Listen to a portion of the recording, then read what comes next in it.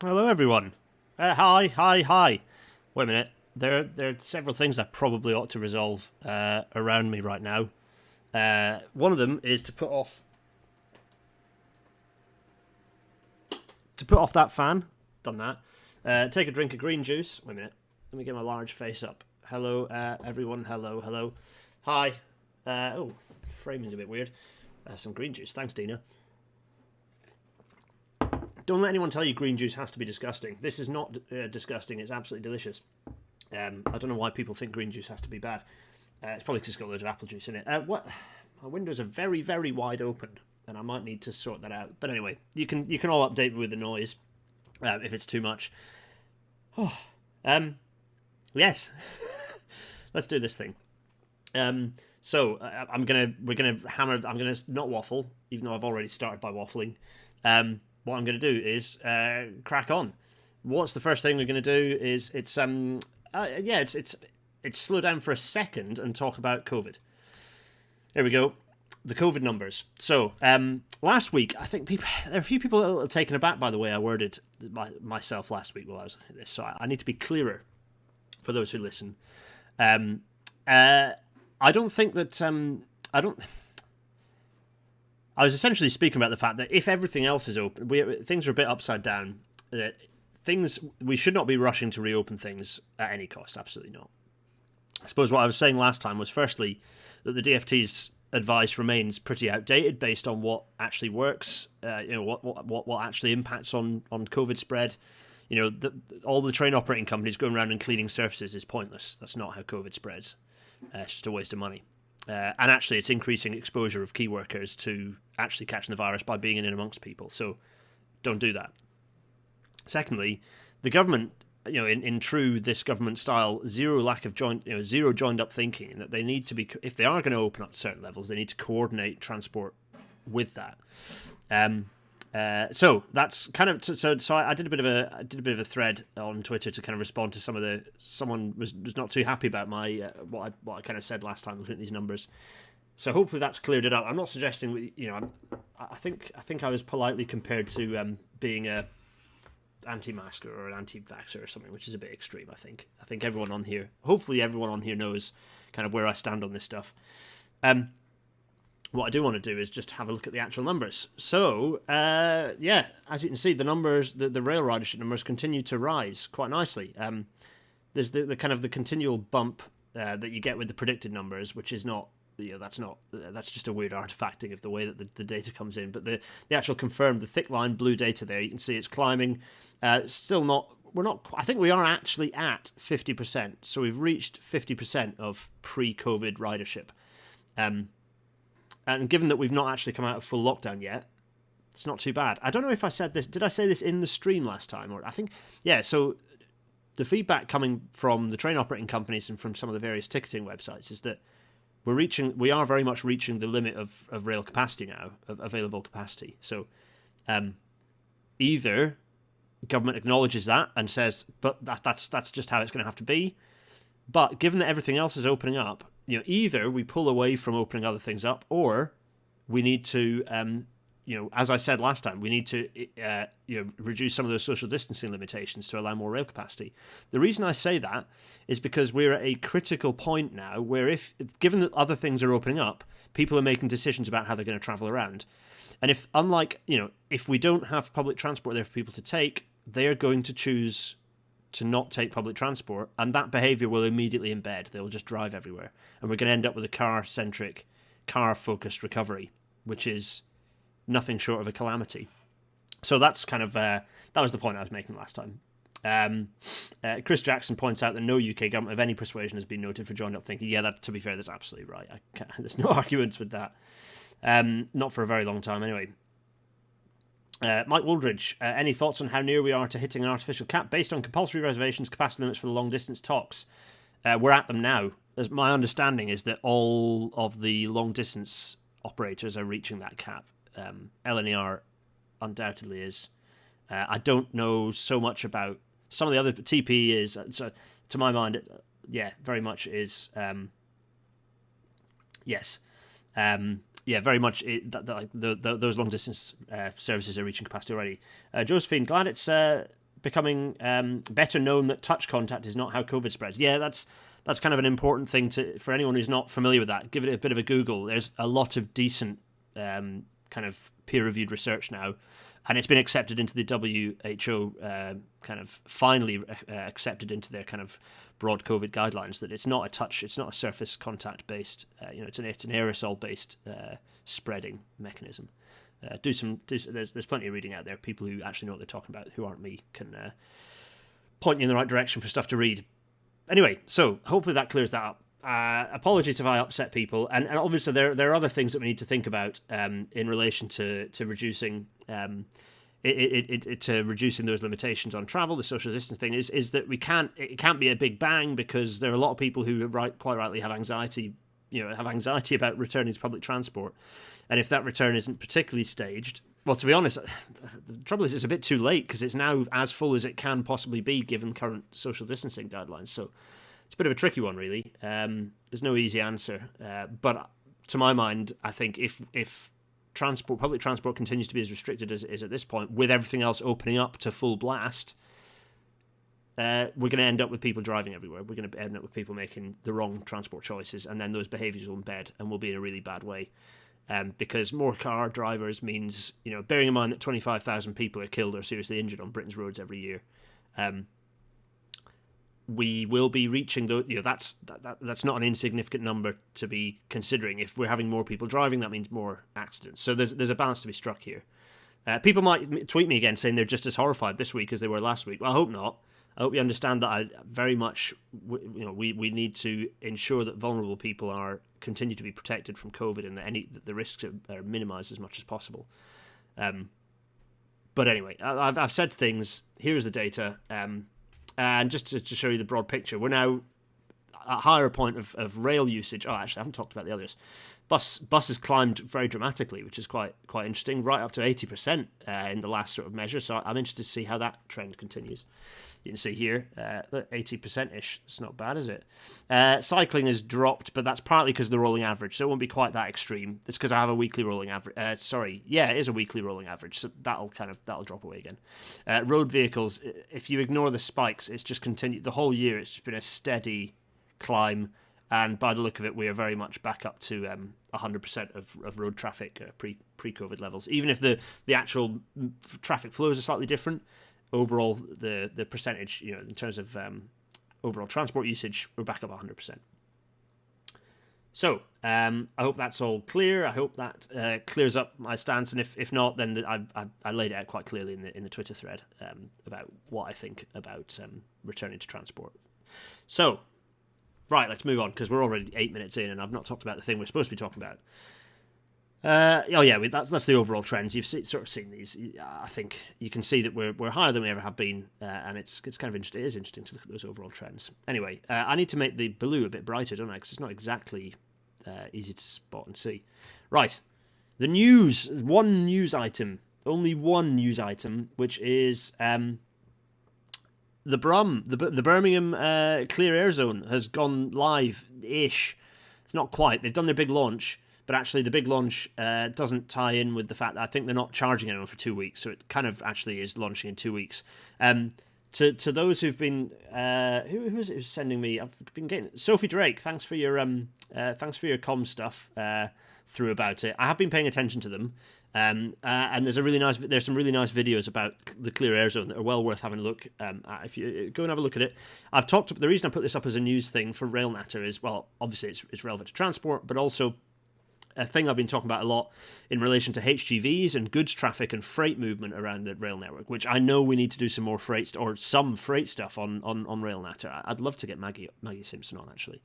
We are going to talk about freight in a few episodes. We'll get there. But anyway, the thing about clean air zones and ultra-low emission zones is that it precludes the normal movement of goods traffic through urban areas, which means that you have to interchange your HGV. You can't bring a HGV into the centre of town, so you need to do an interchange off the HGV and onto vans, electric vans, or whatever it happens to be. As soon as you do that HGV journey, all of the problems with HGVs versus rail become obvious and exposed, and you might as well put it on a train. The trouble is the rail network hasn't got either the operational responsiveness or the infrastructure, or more critically, the capacity to actually move all those that goods, all that kind of goods traffic. So the railway needs to step up at this point and be ready to take on that potential expansion in the freight market. You know, more intermodal, more more fast goods being kind of pushed around the country, taking up all the stuff that at the moment HGVs take into our urban centres. So that's that. That is the news. We are now, that's it. So let's get back to the Williams-Shapps Plan for rail, shall we? I'm not even going to say any words other than welcome to tonight's Rail Natter. Wait, I just had an epiphany. You know what my good epiphany is? The good epiphany is that I need to just do this, which is change a number here. There we are. See, professional as ever. Jermaine, no, Maggie Simpson is the head of the Rail Freight Group. I can't remember her precise role, but she's essentially in charge of it and just knows anything about rail freight that isn't worth knowing. That she doesn't know isn't worth knowing, or indeed she can always point you in the direction of someone who does know. She's like, she is rail freight for Britain. One of the rail industry's real champions. Anyway, right, what was I on about? Oh yeah, I was saying something like, welcome to tonight's Rail Natter again.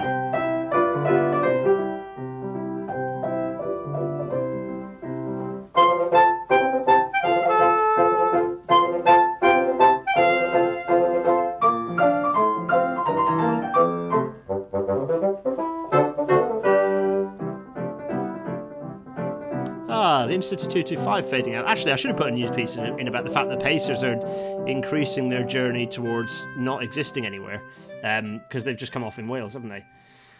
Oh, there have been so many news things I've kind of lost track. I need to scribble down more news items in my little Google Keep note list of news things that I put up. Anyway, right, I'm waffling.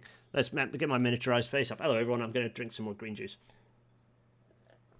So, we're going to start, perhaps confusingly for people, with this, which is an image of the logo of the campaign for level boarding. So I was one of the people who started the campaign for level boarding quite a while ago now. When was it? It was about the time when the Netherlands announced that they were going to have a rolling program of correcting all of their platforms across the whole of the rail network in a rolling program. It's always a good old name, isn't it? So we started the campaign for level boarding. A few of us, myself, Tanny Gray Thompson, and Alan Benson, and lots of Thomas Ray Hasty and John Hasty, and lots of people who are involved in kind of the campaigning side as well. Lots of kind of disabled and disability activists. We started the campaign for level boarding, and why is this relevant now? Well, it's because there's a problem in the Williams-Shapps review, which we're going to get to. We are going to get to it, but I just wanted to kind of tease that, and we'll come back to this. But for now, let's get back to the report, shall we? So it's back. It's PDF time. This is what you're all here for. So let us get back to. Oh, actually, you know what? I'm gonna come back to that point. There we go. Yeah, lovely. Sorry, I'm just doing some administrative fiddling while I'm here. So we just talked about national brand identity. And if you remember, this report has, I think it's about 60 or so asks or sort of statements of what they're going to do, statements of intent, which is kind of useful because it means we can hold them to account on each of these. Right, we've got 46 minutes to see how much we can get through. Let's see. We are a long way from the end of the report, but let's see where we get to. Wait a minute. Let me just. How many pages have we got? We've got 33 out of 116. Oh, crikey, there we go. So, number 5. Great British Railways will be a new organisation, not just a larger version of Network Rail. This is an interesting point, actually. A lot of people have been saying, it just means Network Rail is going to take on the train operating companies. Well, it's not entirely the case. Which is interesting, really, because they've had so many relentless numbers of reorganisations and staff changes, and we're going down to Milton Keynes. No, we're not going to Milton Keynes. We're going to regionalise and have headquarters in all the regions. Oh no, we're going back to Milton Keynes again, and they're kind of round and round in circles, and which is kind of frustrating for all the staff, because what that usually means is, given that Network Rail has a chronic skills shortage. What that usually means is that just the attrition, a high-speed attrition of staff, skilled staff particularly. So yeah, it's interesting that then they're going to just absorb this. I suppose it's avoiding a reorg, but actually, it's to all intents and purposes, it'll just be another reorg, and there'll be yet more attrition of people who don't make the move over into GBR. So what they're saying, given Network Rail's status as the existing owner of the infrastructure and as easily the largest single actor on the railway, its people will inevitably make up a substantial part of Great British Railways. Network Rail has undergone significant leadership and structural change since the failures of Great Western Electrification and the 2018 timetable upgrade. It's making successful efforts to reform to be more efficient, including to save multiple billions in the current 5-year control period and to focus on outcomes for passengers and taxpayers. What that means is financial targets. Why is a railway no? The financial targets are the thing that are the useful outcome after you drive the main thing, which is moving more people and things by rail. Surely. Anyway. So major restructuring of NR has been underway since 2018. It has. The Devo Max situation has been going on since 2018 to help it become more responsive to its passenger and freight customers. So to be fair, this is kind of a continuation of Devo Max because GBR is actually broadly a regional structure. It's not so much of a centralised structure, even though it has the big fancy name. Here are more paragraphs. So not all the challenges facing NR have been solved. Although it's been greatly strengthened, its operations function. Although it has greatly strengthened its operations function, the role it has historically been asked to undertake has led it to being an engineering-driven organisation with relatively little direct contact with passengers and freight customers. I've two minds about this. So, chronic skills shortage to those in the chat who are asking things. We'll come back to disability access shortly. So it needs to be an engineering-driven organisation because it fundamentally does engineering. Do you remember what happened last time an organisation on the railways that was in charge of the infrastructure decided that it wasn't an engineering led organisation? Well, bad things happened. On the flip side, Network Rail is actually tremendously bad at understanding what it needs to do to what it actually needs to be achieving long term. The reason for that is because there's no long term plan. Network Rail doesn't get asked to no one asks Network Rail. They say, right, on this corridor we're expecting 150% more passengers, or on this corridor we're expecting 80% more freight by 2045. Or no one says that to Network Rail. Network Rail used to produce route utilisation strategies where they'd sort of suggest what they could do, but then that never really had any sort of strong backing from government. They were always just sort of nice to have. There needs to be a strategy. Network Rail can't measure its success, and what becomes the engineering part of GBR can't measure its success if it doesn't know what it's supposed to be doing. Ultimately, the question remains, what are the railways for? And we'll come back to that question at the end of the episode. Remind me to do that. That's kind of my last point. So, right, move my mouse over here. So that's it. So that's kind of one thing. So what else are they saying? So the government will require. You can hear me typing. I'm typing literally to remind myself that that's what I need. That I need to. There we are. I'm typing because I need to remind myself. There we go. That's it. Yeah. There. I've done it. I'm prepping on the move, folks. This is fine. Everything's fine. Normal problem solved. Highly professional. Yada yada. So I'm in two minds about this. I'm in two minds about some of the rhetoric behind suggesting Network Rail have problems and what the issues are. Because I think a lot of the Network Rail's problems are always that it doesn't know which direction it's supposed to be facing. It's always getting pulled in different directions. So I don't know. There are lots of problems within Network Rail as an organisation. With Network Rail being my client for my day job, I recognise a lot of the problems Network Rail have. I also recognise a lot. It's interesting. You ask some people, and their perception of Network Rail is that it's bloated and has a lot of people kind of stumbling through, or not even stumbling, just sort of trundling along without achieving anything and basically just earning their keep and not really caring. My experiences are generally more like that. A deeply stretched, understaffed organisation with a chronic shortage of skilled people. And I think both things are probably true in certain aspects of the organisation. Anyone on Network Rail here watching this, particularly if it's the comms team, I'm sorry if I'm saying things you'd rather I wouldn't, but honesty is the best policy. I think it's a massive organisation, and it will have all of the above challenges. So Network Rail has successfully started this journey for change.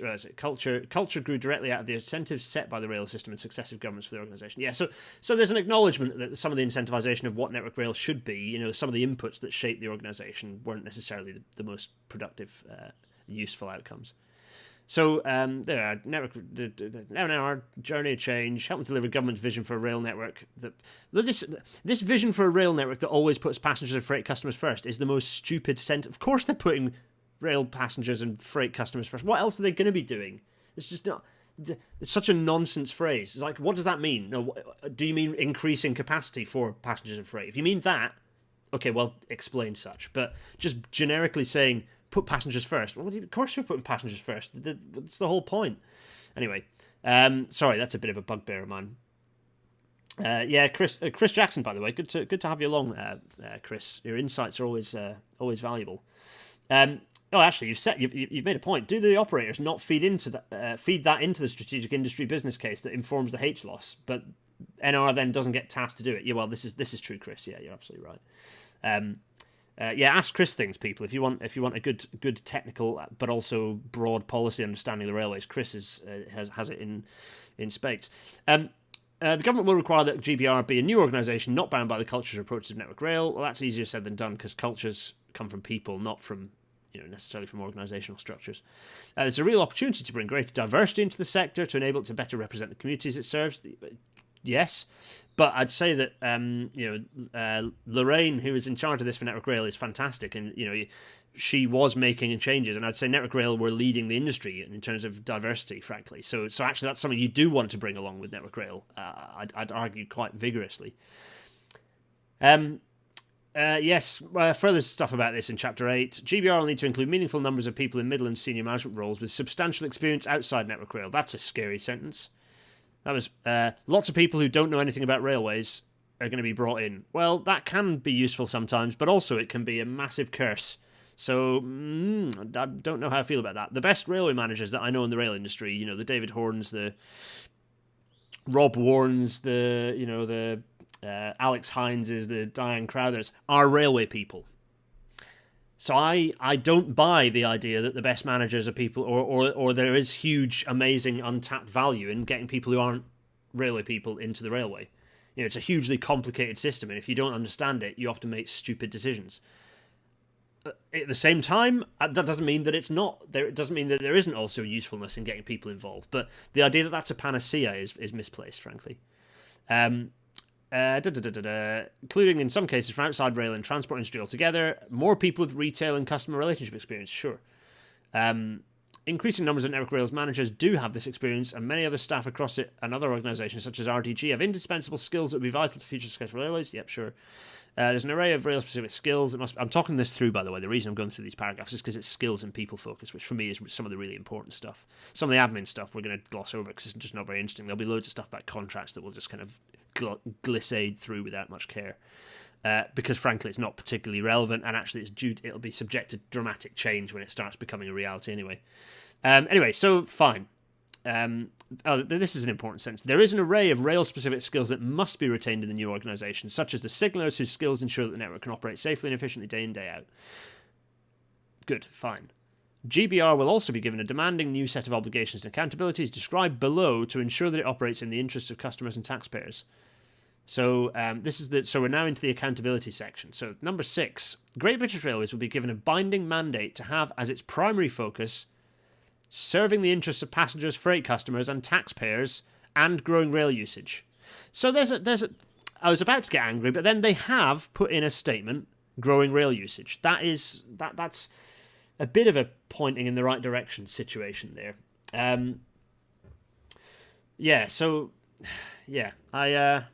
There's some good discussion about skills going on in the chat, by the way. Keep it up; it's really good stuff. People talking about secondments into different sectors. There's some of that merit in that, but mixed bag. So GBR will be a powerful body that is necessary to bring about the change, but there is of course a risk that it may become in some ways too powerful, or at least empowered to make decisions that are not in the public interest. This is an absolutely fair statement. It would, for instance, be easy to improve punctuality on a given line by halving the train service, or to create more time for maintenance by permanently ending evening trains. It may be easier to save money by cutting services or facilities than by cutting inefficient or wasteful practices. This is actually an incredibly positive paragraph. Fair play to the authors. This is like, yes, good. You're realising that there is a very strong public service element to the way the railways operate, and that the right financial decisions may not, and in some cases will never be, right for that public service obligation. So that it's good to see that being written down. It's actually a good thing. A series of strong measures and structures will be put in place to prevent this, make GBR accountable, transparent, reflective of its need to serve passengers. Funding streams conditional on meeting the mandate for customer needs and efficient. Funding streams will be conditional on ... making efficiency improvements. That's a dubious sentence. It's interesting how some of the clashing that you get there. That sentence almost totally clashed with the previous paragraph. It's interesting how you see different things have been dropped in by different people and tried to be pulled together. Yeah. Again, I'll re-emphasise the fact that Shapps has put his name on it, which is very rare and unusual. So that is generally a good sign to how much this is going to get implemented. Anyway, just like Bojo with his bus report. Although he didn't put his name on it, did he? He just sort of signed it and used his kind of made-up box bus hobby as an intro. Anyway, GBR are subject to a series of mandates. Operating in the interest of passengers, freight customers and local communities, fine. Grow passenger numbers and open up new markets. Sounds good. And, here we are, pursue financial sustainability through the reduction of waste and inefficiency and developing revenue streams that benefit customers. Okay. Bearing in mind that, I think I said this last episode, the British rail network is one of the most cost efficient in Europe, certainly. Like, the subsidy per passenger is very small compared to the rest of Europe. So, I'm not sure we're not really at the point where there's much to squeeze out of the network, to be honest. We can always find efficiencies, but those efficiencies worth making if they end up resulting in a worse overall system? Anyway, so number 7, GBR will be mandated to increase efficiency and cooperation. Right. One of the major benefits of bringing the railways together is in providing clear line of sight over costs, benefits, and opportunities for efficiency and growth.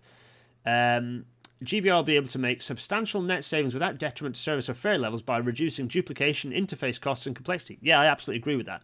It's one of the main reasons, one of the main sensible reasons, not so much on costs actually, but more on just broad efficiency of not having a load of people to send emails through. Is bidding off a lot of that, the interfaces between different organisations. That's sensible. This will include better planning of track and infrastructure works and many other operations currently subject to negotiation between NR and train operating companies. Yep. Other efficiencies will include economies of scale, common systems, reductions in bidding costs, ensuring subcontracting is used in a cost-effective manner, workforce productivity improvements, not really sure what that implication is, and reductions in overlapping planning, support and administrative functions. Yeah, that all seems sensible to me. In doing so, GBR will be able to continue and build upon NR's existing program of efficiencies. They're talking about this savings. It's all efficiencies. Talking about savings for the periods 2024, and then speed. Project Speed. We're going to find out about Project Speed later. Currently, Project Speed is a nebulous thing, which has no particularly well pinned down meaning. As a single organisation, GBR will be able to benchmark internally, monitoring costs transparently, roll out best, blah, blah, blah. This is all kind of waffle, I think. This is more about cost controls. As you can imagine, I'm kind of... I'm not saying cost control is a bad thing, but I'm a little bit sceptical about it being like a key thing to push the industry for. Like, you can't not look at pulling down daily running costs, because otherwise things...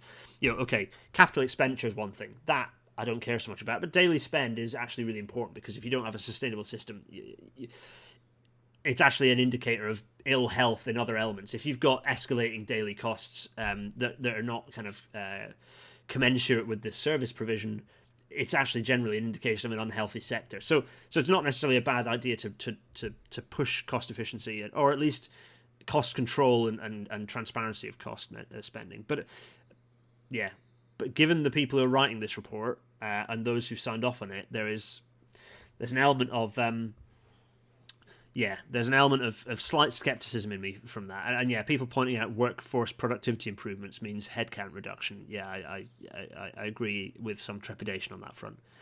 Longer term targets to bring down costs across the sector are also needed. Yep, absolutely agree with that. As an early step, once it's established and empowered, GBR will agree a clear target with government to bring down its overall costs. Benchmarking them against global standards, well, they don't need to do that. It's already cheaper than most places. And will clearly set out how it will deliver. Ticket fares aren't, by the way. The reason that the subsidy is broadly lower is because we do have a higher average fare, but that's kind of a meaningless statement for all sorts of reasons, and we can't reduce fares without increasing railway capacity anyway. Accountability, blah, blah, blah. Okay, whatever. Right, move on to number 8. Tell me if I'm being too flippant, but we've got a lot to get through, and also, I think the ones that are important we'll talk about more, and the ones that are kind of more waffly we'll talk about less. The government will hold the railways leaders accountable for meeting the needs of the customers and communities the network serves. The Secretary of State for Transport will be accountable to Parliament for how the railways deliver for passengers, communities, the economy, the environment and taxpayers. The current system frustrates the government's ability to exercise democratic control and support effective delivery within the sector. That's interesting. Under these reforms, ministers will hold GBR to account through a structured framework underpinned by legislation. Okay, so there is going to need to be primary legislation for this. Ministers will take key funding decisions and have strong levers to set direction and pursue government policy. Secretary of State will be responsible for the appointment of the chair and agreeing the framework for pay, including any performance-related pay. That's for just the chair. So, if it's Hendy, then how Hendy gets paid will get agreed by the minister. They'll also be given statutory powers to set long-term strategy.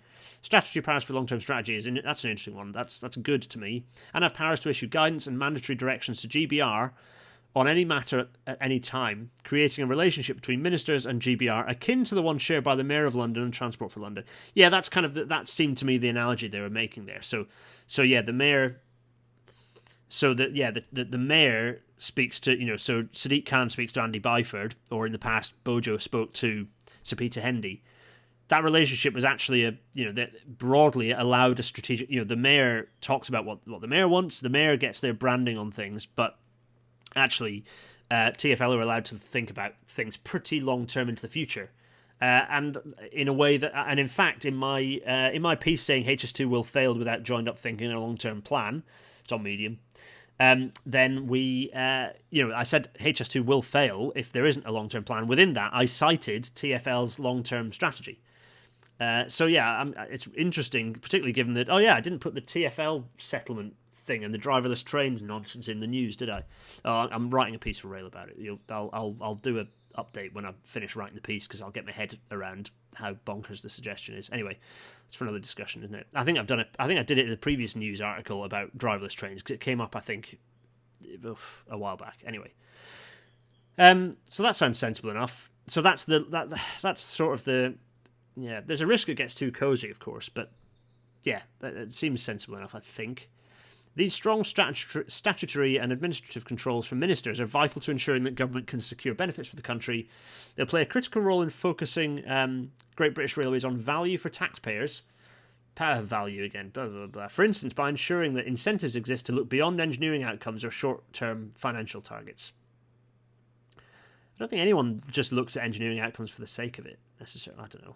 Other people might have different perspectives on this, but anyway. I realise I do have a bit of an engineering background and perspective on this, but I like to think I do transcend it a little. Thoughts in the chat.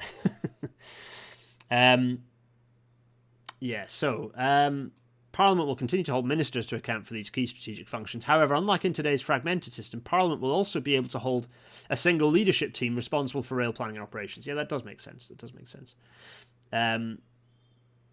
Good. 9. Right, here we go. A 30-year strategy will provide clear, long-term plans for transforming the railways to strengthen collaboration, unlock efficiencies, and incentivise innovation. I mean, also save the environment should be in there, but anyway. 30-year strategy, that seems sensible to me. Long-term plan, 30-year strategy, this is good stuff. Within today's structure, no organisation has the financial, technical and operational authority to oversee the design, investment and management of the major changes to track infrastructure and on-train systems required for programs such as digital signalling. Yep, that's an absolute truism. Digital railway can't work. Couldn't work. It just could not work with the previous structure. And in my personal opinion, it still can't work while the rolling stock operating companies exist. But we'll get there. So, a long-term strategy will set out, for the first time, key strategic priorities for the whole railway network for the next 30 years. The strategy will create a stable foundation for innovation and problem-solving, allowing, for example, electrification to be delivered efficiently. Yep, I like that sentence. Rolling program. Priorities will only be achievable and affordable if the whole system of suppliers, operators, and funders work together to plan, innovate, and achieve long-term ambitions. It's almost like I've written this, right? Combined with rolling programs of transformation. Rolling programs. Platforms, electrification. What else? High outputs of rolling program. These are all good things, folks. Combined with rolling programs of transformation, the plan set out by the strategy will save time, reduce costs, and enable innovators to develop new ideas and solutions. All of these are true. The 30-year strategy will be a key mechanism that ministers will use to ensure that the railways respond to public priorities such as levelling up, the environment, housing, and regeneration. Housing is in there. That's also good. Fantastic. There's a typo. It will incorporate the comprehensive environment plan set out in Chapter 7. We'll get there. The strategy will be... Crikey, it's already 25-2. The strategy will be produced for ministers by Great British Railways, enabling government to set clear direction for the railways in support of national priorities. GBR will be responsible for achieving the outcomes set out within the 30-year strategy, providing regular updates to ministers on progress and adapting it to changing needs, just as TfL regularly updates the Mayor of London on its long-term strategy. They're citing the TfL example again. The SOS Secretary of State, has begun this work by commissioning the WISP. The WISP is official, everyone! Hooray! The WISP. They'll become the first 30-year strategy ever for the railways in ever time. Not even Prescott could do it. By starting now, the first strategy can be ready in 2022, with partners across the sector and beyond consulted as it develops. Look at that, the WISP, everyone. The WISP, it's here. The WISP, hooray! Oh, right, picture of Piccadilly. I haven't been there for a while. I used to be up here drinking a coffee and trying to get battery charge and maybe Wi-Fi when travelling to Aberystwyth quite frequently when I was a student. Anyway. I'm not making hopelessly slow progress, aren't I? Railways become more responsive to local needs and expand local control to help level up our towns, cities and regions. That's a big block text. Number 10. GBR will be made up of powerful regional divisions with budgets and delivery held at the local level, not just nationally. Okay, so that's just talking about that there are going to be 5 regional divisions matching the Network Rail routes that were done. So that's kind of keeping that in place. There'll also be local teams in so there'll be kind of local teams below those regions. A pilot is going to be undertaken of integrated local teams as a priority. Interesting.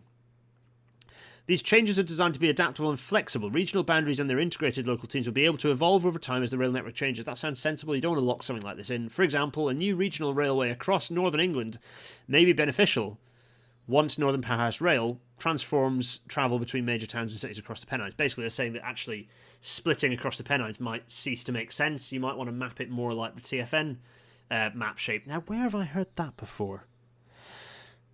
Feels like a previous Rail Natter suggestion, that. Anyway, regional divisions within GBR will, first, be accountable to customers for their journeys. Manage passenger service contracts, stations and infrastructure. Procure private partners, including operators and contractors. Okay. Manage budgets locally and regionally. Cool. Integrate, track and train at a local level. Work with and be responsive to the needs of local and regional partners. Yeah. Integrate rail with other transport services. Great. Those all look like good things to me. Number 11. In England, new partnerships with GBR regional divisions will give towns, cities and regions greater control over local ticketing services and stations. This is hopefully going to talk about integration with the urban areas, because I don't think the powers should be taken away from Greater Manchester, the West Midlands, and so on. GBR will enable much closer collaboration and joint working with local leaders. There will be one single point of accountability for rail services in a town, city or region. That's interesting. I like that. That sounds like a good idea. New partnerships between GBR and local and regional government will be established to give local leaders a greater say in how... Okay, yeah. So, right, good. Yeah, it's just broadly saying local connectivity is good.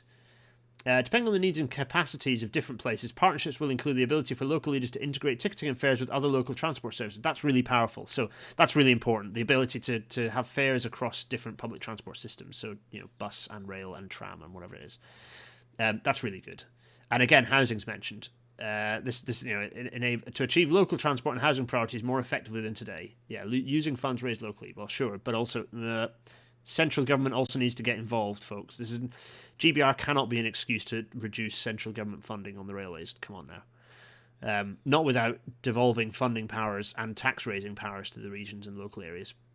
This is a little box out. It's saying it took the rail sector 2 years to approve a half-hourly Harrogate to York service following North Yorkshire County Council's offer to fund the 12 million scheme. Yeah, we're rubbish at being responsive. The rail industry is crap at being responsive to that sort of thing, and that's just partly because of fragmentation.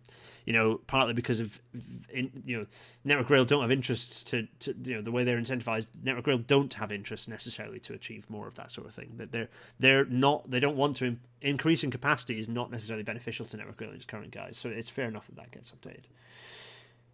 Matt Reed is asking if this says anything about staffing. It does later on. John Christoph, your Doorhanger93 makes a good point. Presumably there have been previous reports saying many of the same things this one does. If so, it's worth asking why they haven't been acted on. It is. They haven't been acted on because no one's been interested in making these changes. Indeed, changes that this report is reinstating were undone by successive previous governments. So yeah, it's a fair point, but we could explore that. I'm going to have to do follow-up episodes to this because we're going to get to the end of this episode. It might end up being a long one. We're going to do it. We're going to get to the end of the report. In terms of digging into it, what I suggest for everyone, by the way, brief interlude. I'm going to go big face for a brief interlude.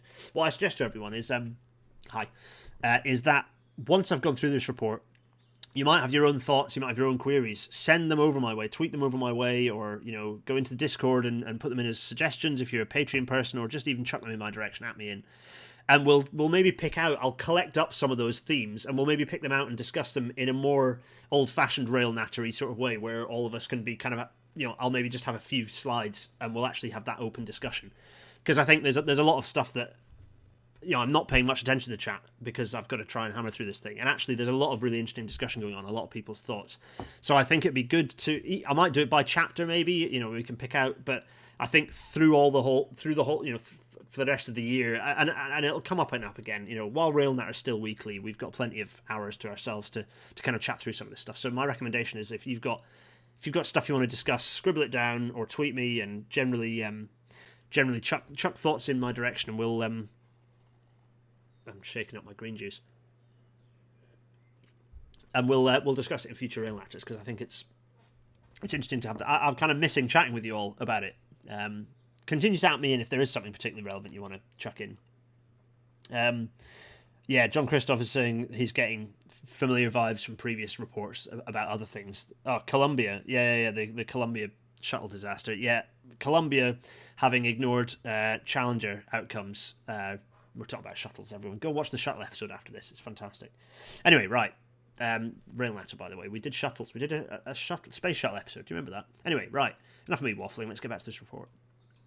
Number 12. Devolved Railways will be strengthened with closer collaboration with GBR, improving services consistency and coordination across the country.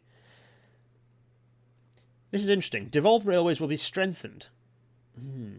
Existing devolved authorities in Scotland, Wales, London, Merseyside and Tyne and Wear will continue to exercise their current powers and to be democratically accountable for them. Okay, fine.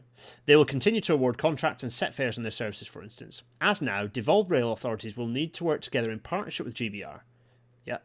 This includes supporting a single national network, yep, including one website and app, that's fine, yep, and delivering consistent branding and passenger standards, such as on accessibility and compensation. So we've already talked about it. At the end of last episode, we talked about this. I agree on lots of things on this. I agree on lots of elements of what I presume that's sort of saying, but I don't. Yeah, we won't rerun the same turf. I don't agree with overwriting the existing brand identities of ScotRail and Transport for Wales Rail. So, yeah, that's. There's more. Cooperation with a single national organisation will strengthen devolved railways by helping improve consistency in the passenger experience across the network. Maintain common principles and standards and improve joint working on issues such as managing specialist or scarce technology and skills. Yeah, that's fair enough. I have to say I broadly agree with particularly the latter point there. Existing leases of stations to devolved transport authorities will continue, and there will be opportunities to develop these relationships in the future. GBR will continue to own the infrastructure in Scotland and Wales, other than some of the South Wales Valley lines, as Network Rail now does now. I kind of felt this is the opportunity to make that not happen, but anyway. The government will explore options with Transport Scotland to enable the railway in Scotland to benefit from the reforms on the wider network of Great Britain. A joint working agreement between Transport for Wales and GBR will be explored to improve the rail offer for passengers and freight customers in the connected network between Wales, the West Midlands, and the West of England. Yeah, that's kind of fair enough, because there is an acknowledgement that if you remember back to our what should the Welsh railway network look like, there's a lot of permeability. The main airport for Wales is Bristol and Birmingham. It ain't Cardiff. Sorry, Cardiff. Sorry, Welsh Assembly Government, for buying Cardiff Airport. And that's one example. Actually, there's a huge commuting flow across the Severn, into and out of Bristol, and the same direction to Newport and Cardiff. And likewise up in North Wales, of course, up in the northeast Wales, an area that often gets forgotten. Lots of permeability. So yes. This agreement would need to be negotiated between the UK and Welsh governments, building on existing Wales and borders agreements for freight rail services. Fine. In London and the South East, a new strategic partnership will be established to support housing, economic growth and the environment across the highly interconnected transport network in that part of the country. This will bring together GBR, TfL and local authorities and businesses to coordinate timetabling and investments, and to provide a consistent passenger experience in areas such as accessibility, ticketing and communications. I presume that's smooshing a bit of... I presume that's railways going to TfL that are currently another kind of Southern or whatever it is. I presume that's what that is. It makes absolute sense to do a reasonable level of kind of staged integration for even Thameslink. Thameslink runs miles north, Peterborough and Cambridge.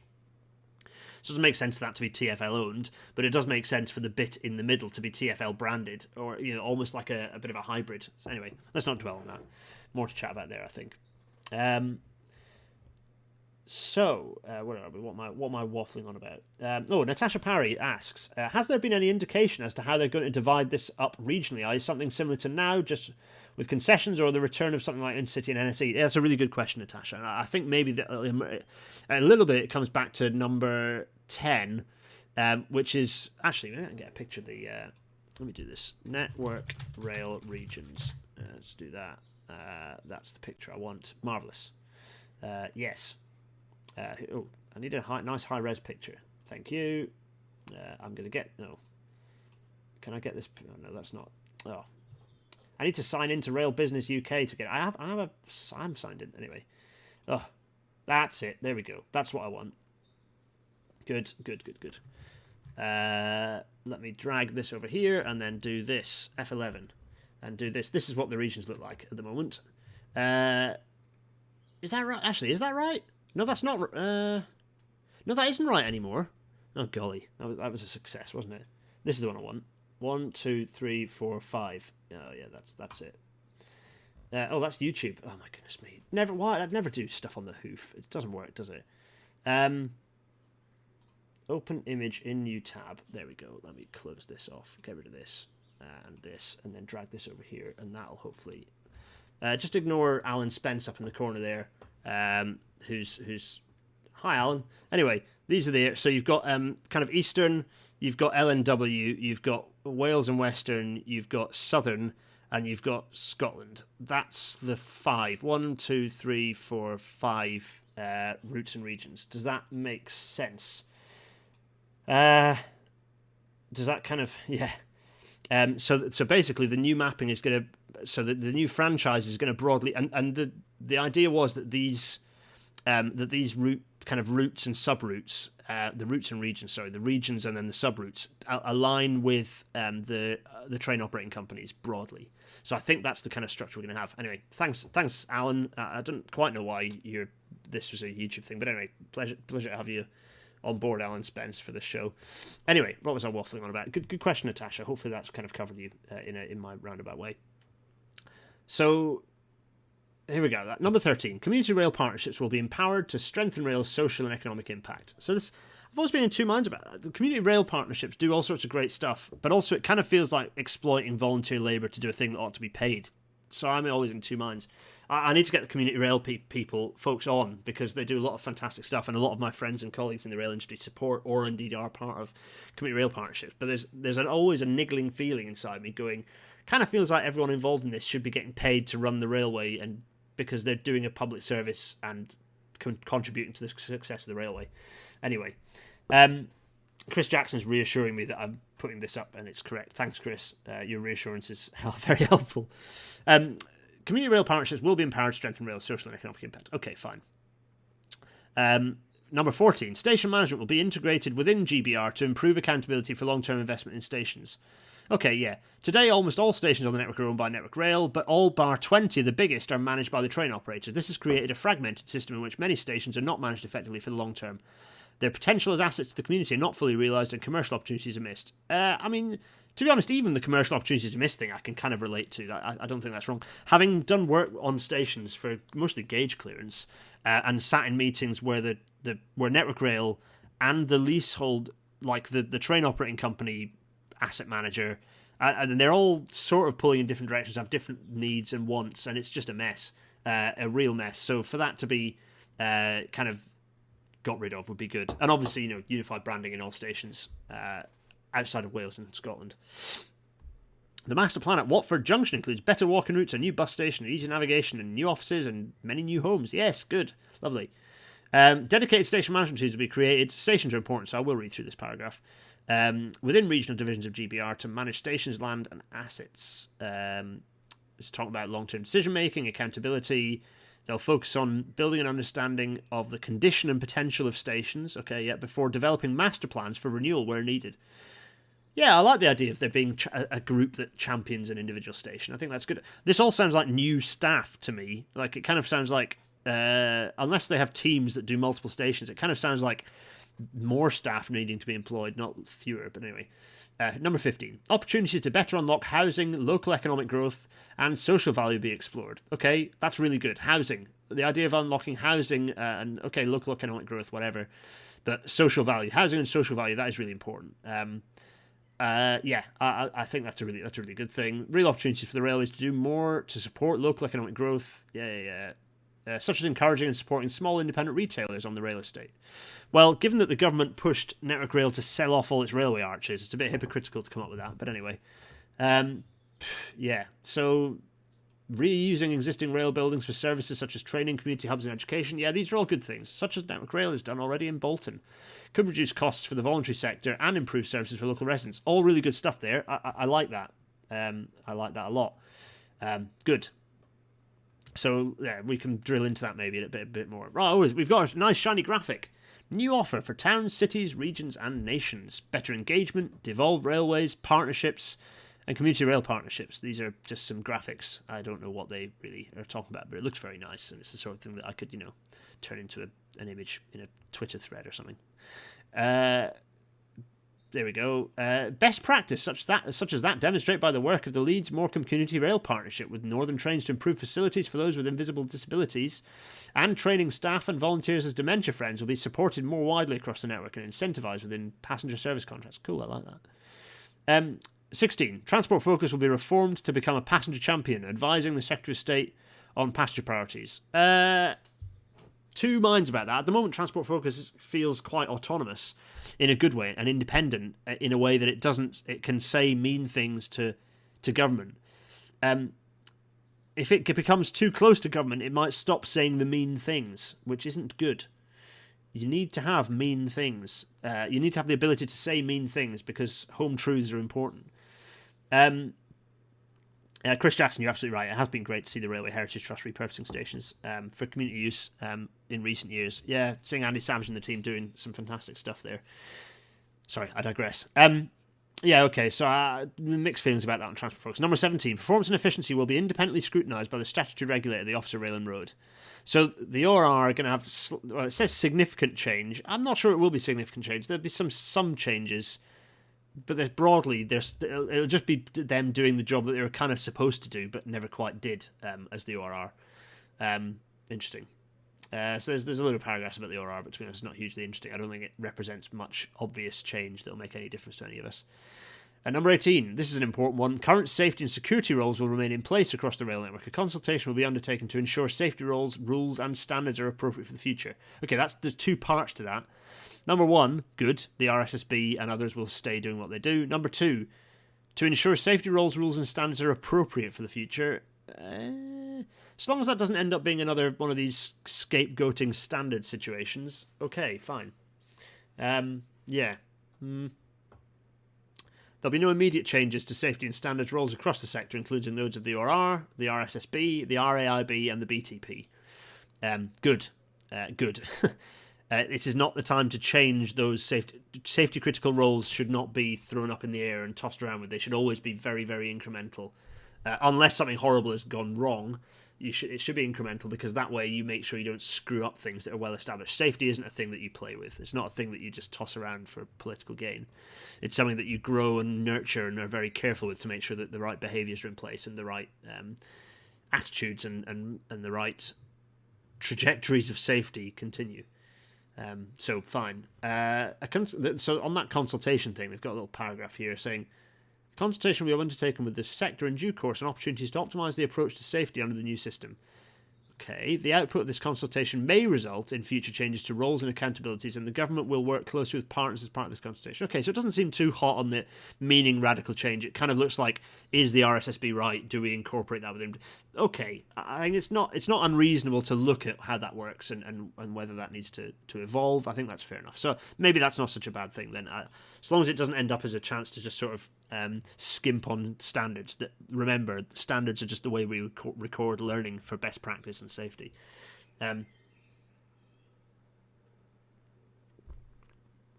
That's just solid spinach. It's nice though. I didn't drink it quickly enough, so it's unmixed itself, and I didn't put a pencil in it to stir it. It's my error. Still very tasty. Anyway, what is it? It's spinach, it's lime, I think that's it. Spinach, lime, and apple juice. I think that's all. It's very, very nice. So, cross-sector organisations will be consolidated. Number 19. Cross-sector organisations will be consolidated and integrated to enable the railways to operate more effectively and efficiently. So basically this means absorbing RDG into GBR. Yep, that's fair enough. National rail inquiries. What national rail inquiries do? I just knocked my glass over. Good job I finished it, isn't it? They're getting absorbed. Good, fine. Okay, so that's not that grand. It's just, this will not affect the ability of train operators and other members of RDG to maintain their own independent trade association, well, whatever. Don't care. HS2 Limited, I mean, there are a lot of people in RDG I have a lot of time for. And, yeah, but to my mind, the only thing RDG have ever done, other than running NRE, is running the station's best Twitter competition. Best station on Twitter. That's the only thing they do. That's it. Anyway, right, this is an interesting one that I had someone asking me about on Twitter that I think I might have forgotten to reply to. Sorry. It was a busy Twitter day today, and frankly, I was really busy at work. So, HS2 Limited and East West Rail Limited will retain their current roles in the sector. Ugh. Stupid. And will work closely with GBR as it takes over responsibilities for integration from the Department for Transport and Network Rail. Regulated infrastructure managers that are separate from Network Rail will continue to manage their section of the network. GBR will work closely with them to ensure integration is managed safely and effectively. Actually, that doesn't sound too bad. HS2 Limited and East West Rail Limited are delivery organisations for the infrastructure, and maybe for the trains, actually, in both cases. I'm at peace with that, fine, but the infrastructure should then pass to GBR. There shouldn't be weird pockets of nonsense railing. No. It should all be integrated. Otherwise, they're undermining this idea of reducing fragmentation. So I hope that changes the fact that, and that might change the equation for realising that East West Rail should be electrified, because it takes some of that long-term,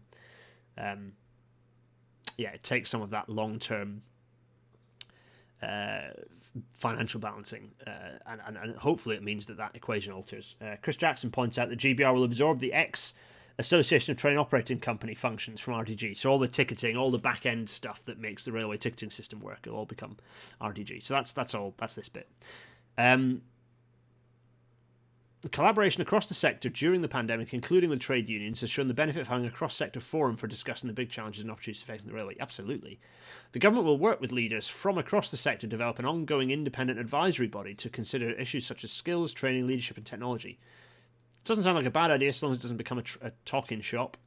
Membership is likely to comprise senior leaders from GBR, from the GBR's regional divisions, trade unions, passenger and freight operators, and representatives of the supply chain. Okay, fine.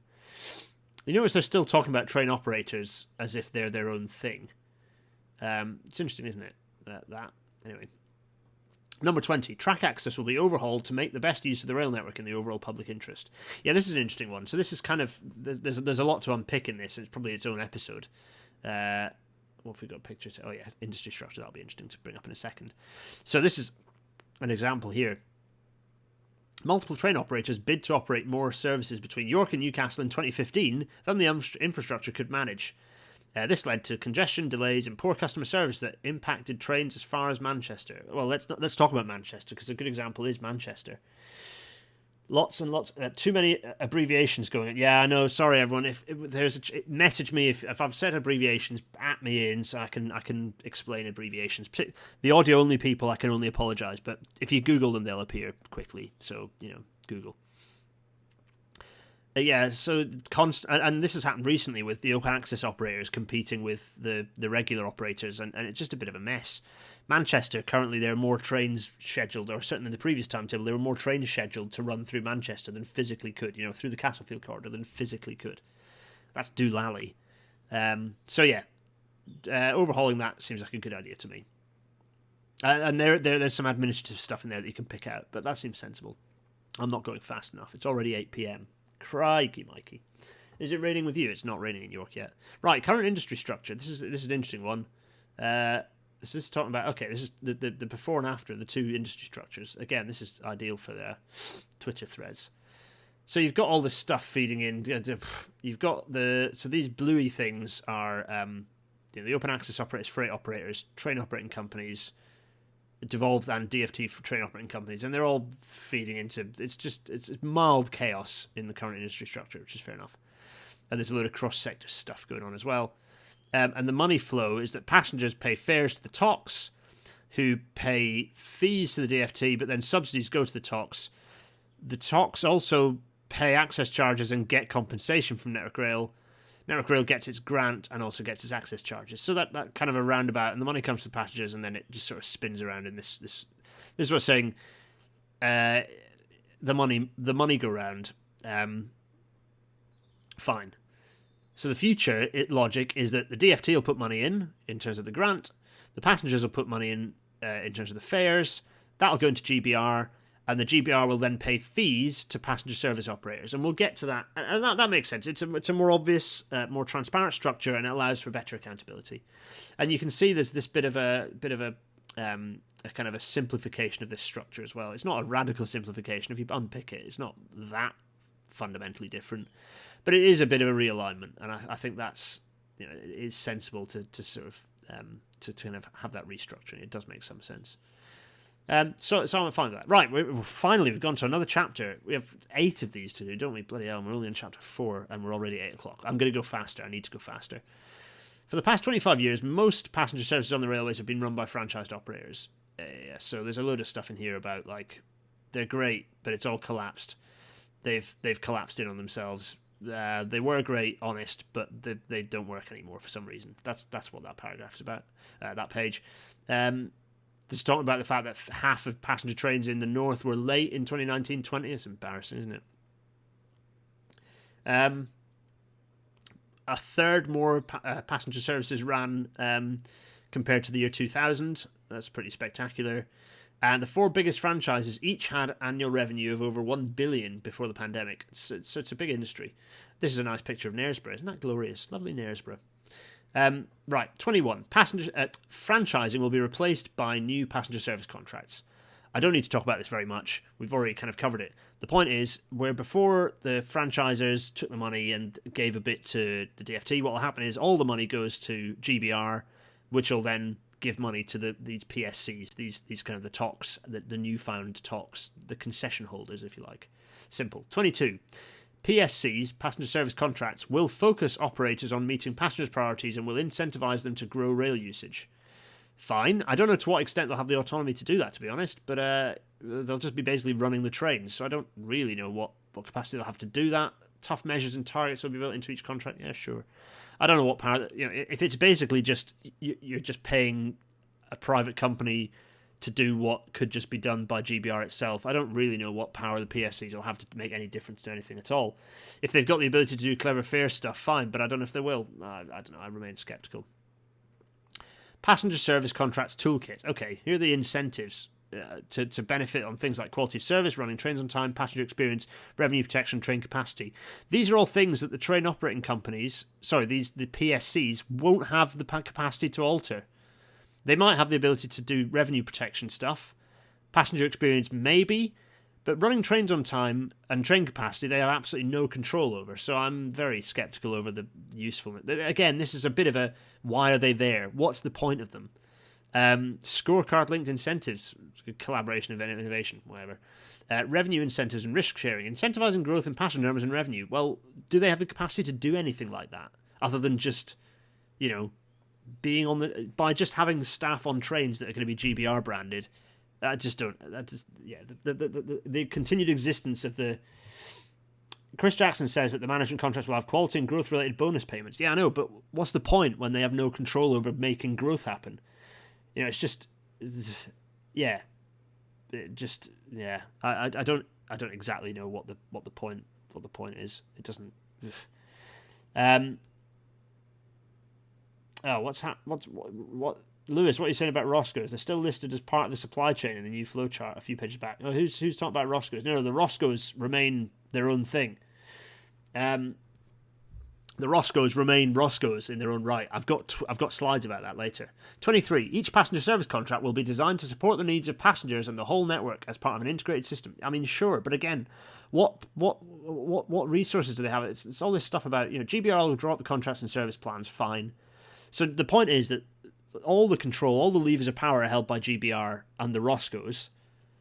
Where do the passengers what of these new talks have any viability? It doesn't appear to me to be any usefulness to having that contractual arrangement. I know it works well in London, but it's only because no one's gone, well, might as well just be part of TfL. It's always the discussion of, but it's better than franchising. Well, yeah, of course it's better than franchising. So what's the point of the concession? I don't get the point of the concession model. I don't understand. Feel free to tell me what that value is. But and some people might try to, but to my mind, they don't have any control. So why are they getting bonuses for something they have no control over? It doesn't make any sense. Just cut out that middleman. It doesn't make any sense. 24. Passenger service contracts will be different across the network and will not take a one-size-fits-all approach, including on contract length. Fine. That doesn't really make any odds for previously discussed reasons. 25. Operators will have greater commercial freedom on some parts of the network, with revenue sharing arrangements where appropriate. New open access services will also be explored where spare capacity exists. Well, this is kind of a bit of an answer to what happens to Hull Trains and, Grand Central. I'm in two minds again about the open access operators. In Italy, the open access operators have really, and in fact across continental Europe, the open access operators have generally driven improvements across the board in terms of reduced fares, improved quality, real competitiveness. The challenge we have in Britain is that we have a very different type of network. We don't have the capacity. We are desperately capacity constrained, which means that it doesn't work so well. And much as I have a lot of time for the, big love for the teams in Hull Trains, Grand Central, so on, I don't think there's the capacity for long distance open access operators, and there's no sense in having. You don't have open access in small. So I don't know. Shout at me loudly on Twitter if you don't agree, but I remain largely skeptical of the viability of open access operators in this new model, because if you're going to grow rail capacity, then GBR have to be the ones who push that. And the open access operators might try and slip in the cracks, but broadly, if those cracks exist, we need to be running. If we're trying to grow passenger numbers, those cracks shouldn't exist. We should be running passenger services as much as we possibly can on every inch of the rail network. So, yeah, I'm not sure about that. 26. The geographic and financial size of passenger service contracts will reflect local markets and needs, well, obviously. 27. Competition for passenger service contracts will be greater than for franchises, and Great British Railways will aim to compete all contracts. Well, that's just a wish. That's just a pie in the sky. Whatever. You can say that. Doesn't make it true. If operators fail, the government will be ready to step in and take control where needed. That's obvious. That's 28, by the way. 29. The government will work with the sector and potential new market entrants to develop and implement these changes. Fair enough. You can try and make it more accessible for new operators, but the reality is that new operators are always have the odds stacked against them because they don't have the understanding necessarily of the system. So okay, you can try and make it simpler, but this sounds like making commercial private involvement a thing just for the sake of it because of the color of your rosette. Anyway, there's a nice picture of look at that. Isn't that lovely? Isn't that absolutely marvelous? Is that's Manchester, right? Yeah. It says Manchester Oxford Road there in text. I can see it. In fact, if I zoom in on it, I dare say that'll be in British Rail in Rail alphabet. Anyway, right. Oh, I need to escape this and do this. Right. We've done it. It's chapter 5. We've done it. How does good question from Kieran Warren. How does Eurostar as an open access operator fit in the long term in trying to grow international rail travel and connectivity to encourage modal shift from planes? It's a very good question. It's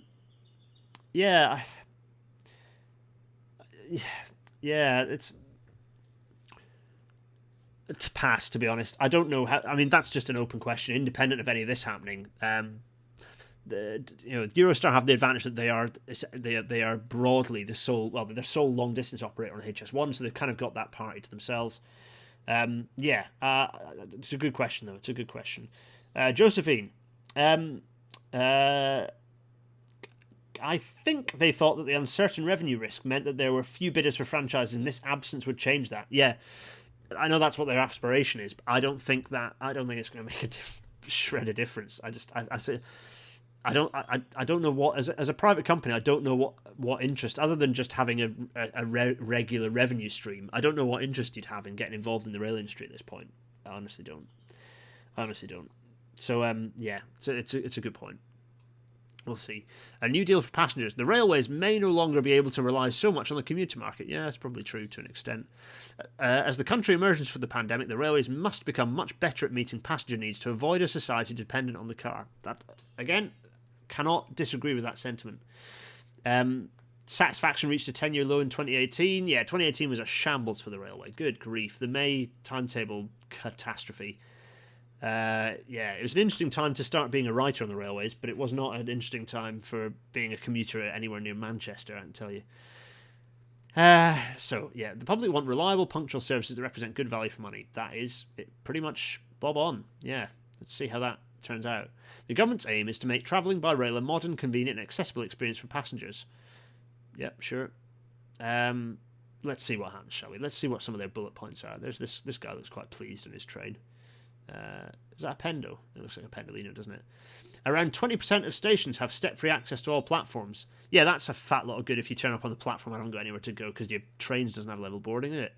Ugh. 47%. What does that mean? Fewer than half of all... 47% of all passengers feel their journey is value for money. It's not that bad. Advanced tickets are great. I'm just going to say that. I got to Sheffield for £6, whatever it was, on Monday. And then I came back because I had to always split your ticket at Sheffield. No matter where you're going, always split your ticket at Sheffield. What you need to do is, if you split your ticket at Sheffield, a ticket that costs... I come back from Barbados to York. A ticket that was 54 quid, I think, cost me 18 because I split at Sheffield. That's bonkers. Passengers shouldn't have to care about splitting. Anyway, only 37% of eligible passengers claim compensation. Okay, well, very interesting. Oh, here we go. There's some things that people want. They want safe trains, accessible trains. They want seamless travel, connected, reliable, comfortable, informed, affordable, trusted. Sure. Let's get to our numbers, shall we? Number 30. Here we go. Number 30. Easy, frictionless payment options for every journey will be introduced across the network. I mean, fine, but you did, central government, just bin Transport for the North contactless system. Why did you do that? Bad move. Number 31. I'm not going to pick on that. That's an obvious thing, and it's very easily said and not very easily done because of lots of reasons. 31. Pay-as-you-go journeys will be expanded outside London to make millions more trips straightforward. Again, you binned the Transport for the North pay-as-you-go system. So... fine, agreed, good. Get on with it. this has been happening and you keep slowing it down, not speeding it up, government. 32, digital tickets will be introduced across the network. Yeah, I mean, again, it's not very exciting. Fine, good. 33, a new Great British Railways website and app will create a personalised travel experience. Here we go, this is the interesting bit. Yeah, so as you might have noticed, I did a thing about Network Rail, about National Rail Inquiry's website, which is awful. It's an awful website. Don't ever use it. I generally use, actually, I kind of bounce between Trainline and LNER, because Trainline is actually a really good website for booking tickets. I also like using Trainline because it makes a lot of snotty railway people angry because of the minimal £1 fee. It seems to make a lot of snotty railway people angry. And actually, the Trainline's website is unbelievably user-friendly. It occasionally has problems because it rubs up against the over-complex ticketing system, but broadly, it's an unbeatably good system. And we need to, railway people need to get out of the idea of, I want this HTML1 website from 1997 that splits my ticket 18 ways and gives me, reduces my ticket an average price, an average of 7% every time. Forget that. More importantly is the user interface for, kind of casual travellers. The commuters don't care. They'll book it the same way they always have. It's the casual travellers we need to, and Trainline are better at that than anyone else. So, if we can improve National Rail Inquiries, or I don't know, get Trainline to build a new website, or there are other railway website builders are available, but frankly, I don't know any of the others. So I think there needs to be a very, and it will be a very slick. I'm sure the new website will be very slick. LNER's website is very good, for example. I like the LNER website a lot. So if the new National Rail Inquiries type website, the new GBR website looks kind of broadly functions like that, then great. But as people said in the discussion, as Josephine, Trainline gives me different prices on mobile and laptop. Yeah, speak to Trainline. Yeah, there are lots of points of light in terms of the train operating companies. Some of them are really good, but essentially what we need to have a system that combines all of those sensibly. But also the challenge you've got is dealing with all of the different rules that the different TOCs currently have. So that there was some really interesting discussion that happened under my tweet when I said, which should you prefer? Lots of individual websites or just one? TrainPal is a pretty good app for casual travellers, and we're ahead of Trainline in terms of splitting tickets. Oh, thanks, Detour. That's a good good bit of advice there. There you go. Nice. Oh, that's two people I can get sponsored by. I can get sponsored by Trainline and I can get sponsored by TrainPal. Cool. Who do I need to hit up in the Trainline and who do I need to hit up in TrainPal to get sponsored? Right, get on that. Jokes. So, fine, good. That sounds good to me. Single website, positive. 34. Customer service at stations will be modernised with one team working expanded across the network. Oh, I suppose that's kind of like, so you have the Network Rail / TOC people all become one person. Well, that's kind of obvious if it becomes GBR, right? This could be, I mean, I don't really know what, one team working? Tell me about, it just sounds like a no-brainer to me. I don't really know what the grand, anyway, right, there's a nice, happy-looking team. That looks like Victoria to me. They've got the Victoria thing around there. They've got the little Victoria roundel on their chest. I like that. I wonder what will happen to those. I wonder if they'll get binned off or they'll kind of keep them in a sort of a, go back to the John Elliger's episode where I brought up as best I could all of the Network Rail. So actually, it was all the London ones, but all of the terminus sort of roundel things. Anyway, fares will be simplified. Okay, cool. That's a very short sentence for an incredibly complicated and nebulous statement of intent. Crikey. Yeah, I mean, where to start? I don't. That's just a whole episode. I can't even begin to unpick that. Fine, simplify it. But if you simplify fares, chances are you make them more expensive because some of the complexities, like Cheltenham Spa, by the way, I did notice, and Sheffield splitting and resulting in some of those complexities. You get rid of those, the average fare will increase. So, and actually, I don't necessarily mind if the cheapest fares disappear, but it brings everything else down a bit. I'm at peace with that. But it needs to be impact assessed. There need to be, equality impact assessments on that. We can't just do it blindly. We need to understand exactly what the impacts are, because anyone who gets their fare increasing is going to be rightly unhappy. So that's a huge statement. Number 35 is just enormous. 36. Affordable fares and season ticket caps will continue to be protected. Fine. So all of a sudden that means, okay, so you're not simplifying fares. You're still keeping all those in place. 37. Off-peak services will be protected. Services, not fares. That makes sense. The idea of there being a minimum viable product, essentially, for passenger provision. That makes sense. Fine, that was 37. 38. New flexible season tickets will be introduced to reflect changing working patterns. They're not flexible season tickets, though, are they? They're carnets, which is just a clump of... tickets, and apparently they are they're as cost effective as just getting a regular season ticket. So apparently a bit dubious about that number 38. Chris Jackson, fares will be simplified as far as the Treasury will permit. Yeah, well, exactly, yeah.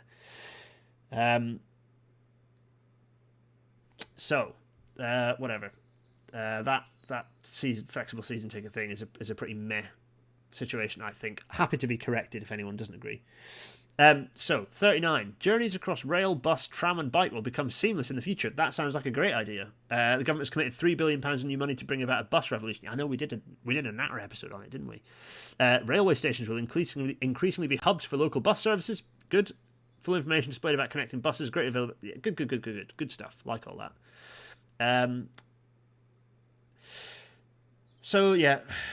Improving Plus Bus. I've never used Plus Bus. Is it actually good, or should it be integrated as part? Like, it always felt like a bit of a slightly tacky add-on, and I was always wary of it.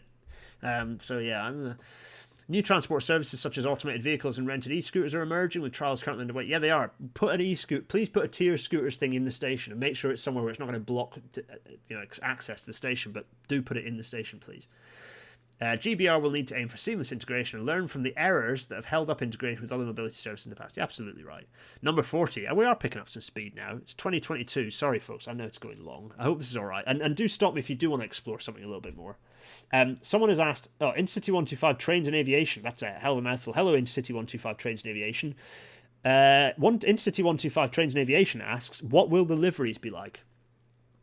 We're going to do an episode playing with liveries. Obviously, it's easy content and it's something fun and lighthearted we can all cock around with. So we'll have a look at that. We'll do some conversions of existing to future potential train operating company vibes. So yeah, I think that'll be a fun episode. We'll do that in the future. That'll be a good one. That can't be a pre-record. That's got to be a live one. There's some pre-records coming because I got holidays and Rail Live. So I need to think of. Make your suggestions, Patreon people. Make your pre-record suggestions for things you think will work in pre-record. Because I've got that many guests about because I'm not organised. Chris Jackson says he's used Plus Bus about twice in 20 years. Yes, I don't know why I never got it. It's probably a good system. It just always felt a bit tacky, and it had that like Giphy logo from 40 years ago, whatever it is. Anyway, always looked a bit untrustworthy, and like it wouldn't actually work for the sort of buses that I needed to catch. Anyway. 41. Trains will be made more pleasant. Oh no, I've missed 40. 40. Getting to the station on a bike and taking it on a train will be made easier. I'm going to read the whole section here because this is a key one for a lot of us keen cyclists. The government is investing $2 billion of new money to dramatically improve cycling. That's gear change. We're going to do gear change as a page turn at some point soon. A bike can be made clean. What? A bike can make clean and sustainable transport journeys door to door when combined with a train, bus or light rail, matching the convenience of the car. Absolutely. The government will invest substantial sums on safe cycle routes to stations, okay, good, particularly in commuter towns such as Guildford and Harrogate, and increase cycle storage at stations, including at city centre termini where it is currently limited. Yeah, York has loads, but it is always full. Well, it was in normal times. Bringing a bike on board makes a train journey even more convenient. Yet, even as cycling has grown in popularity, the railways have reduced space available for bikes on trains. GBR will reverse that. This is a hell of a claim. Increasing space on existing trains wherever practically possible, including on popular leisure routes. It will also make it easier to reserve bike spaces online and without reservation on quieter trains. That's also critical. Good, I like that. All future train fleets will need to include more bike spaces relevant to the markets served. Operators will continue to restrict bikes on peak hour commuter trains where the space is needed for passengers. That's all fair enough. That's a big, bold, and positive section. Really positive section that you can hold government to account on, as we should. That's really good stuff. The ability to travel by train with a bike is getting more and more hopeless. Partly because the railway is getting more busy, but also because basically the incentives for the current industry are entirely against, swapping out paying passengers for bikes, which doesn't make sense because you're undermining a market there. 41. Trains will be made more pleasant to travel on and easier to work aboard. It's the seat chat. It's the seat chat section, isn't it? Seat chat. Hashtag seat chat. Because the emphasis was on carrying more passengers, recent designs of new trains have compromised on passenger comfort. Well, I mean, that is actually potentially true. With hard seats in close configuration, features such as tables no longer commonplace. Well, that's because we have a limited capacity rail network. If you're talking about doing these things, you're talking about reducing the number of seats, and it isn't just commuter journeys where space is limited. LNER, which is primarily leisure travel, is rammed and was rammed pre-pandemic and is now rammed again. Those aren't all commuters. So mixed feelings about this. Obviously, we need to make the railways more appealing and make them more comfortable, but sacrificing seat space, it's easily said, but with a limited capacity rail network, if you're not going to invest in upgrading infrastructure in a big way, if you're not going to exploit HS2 properly and run really high frequency services, then you are going to be challenged with the with pressures on seated capacity. And ultimately, the most important thing people want on a train is a seat.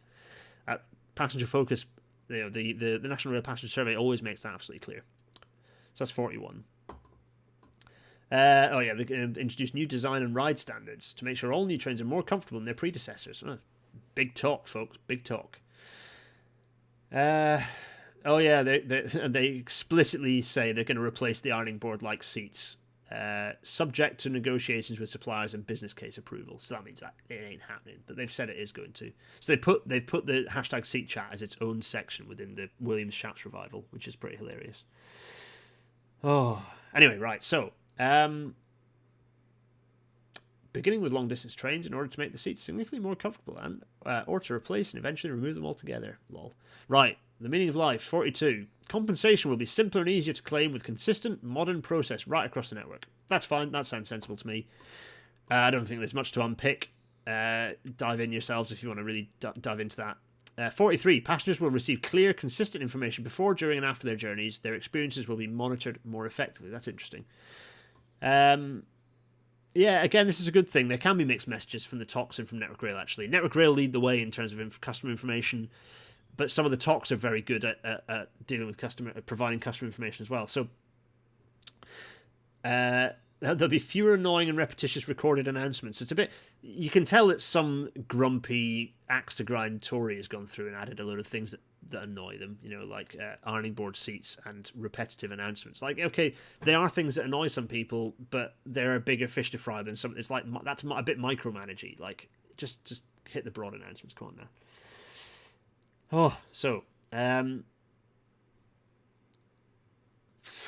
Whatever. 44. The first robust national accessibility... Right. Okay, this is critical. The first robust national accessibility strategy and long-term investment programme will improve inclusion and access for all. Okay, right. I'm going to go through this in a bit of detail. Great British Railways will be given a statutory duty to improve accessibility, building upon the existing work of ORR in this space. Transport Focus will champion the interests of passengers in accessing the network, identifying failures and concerns, and escalating issues to the Secretary of State. A comprehensive audit of network accessibility will be conducted to provide robust, consistent, and detailed information across the full range of facilities and standards. Data generated will be made publicly available and be regularly updated so that passengers can plan their journeys with greater confidence. Use the National Gauging Database. The National Accessibility Strategy will provide the first robust, joined-up, system-wide approach to accessibility, including getting to, from, and around stations and, here we are, and on and off trains.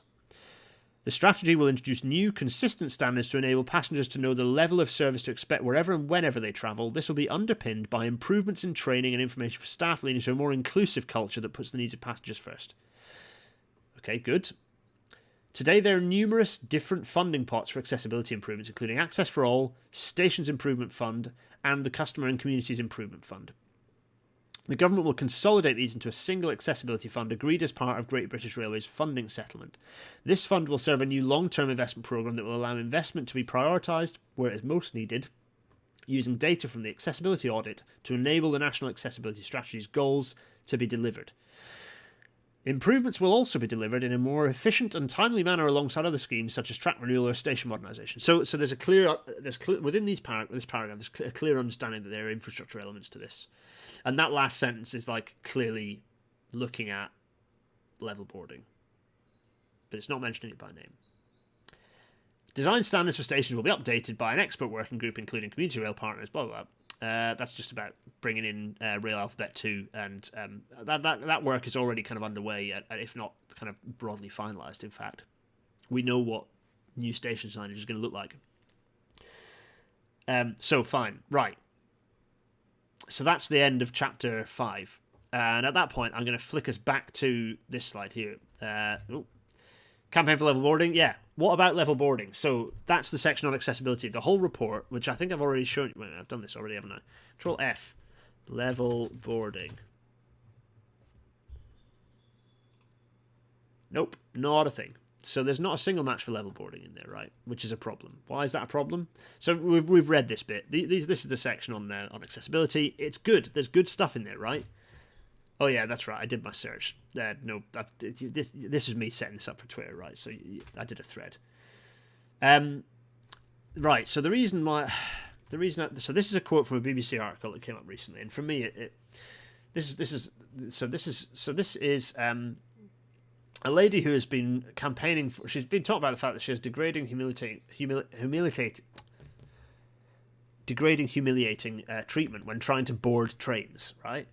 And so specifically, she wants level boarding. By the way, the campaign for level boarding needs to contact her. We need to get on that. From the platform to the train to be made a legal requirement on the UK rail network by 2040, right? That is it's a tough, but it's a sensible ask, because frankly, disabled people have been waiting,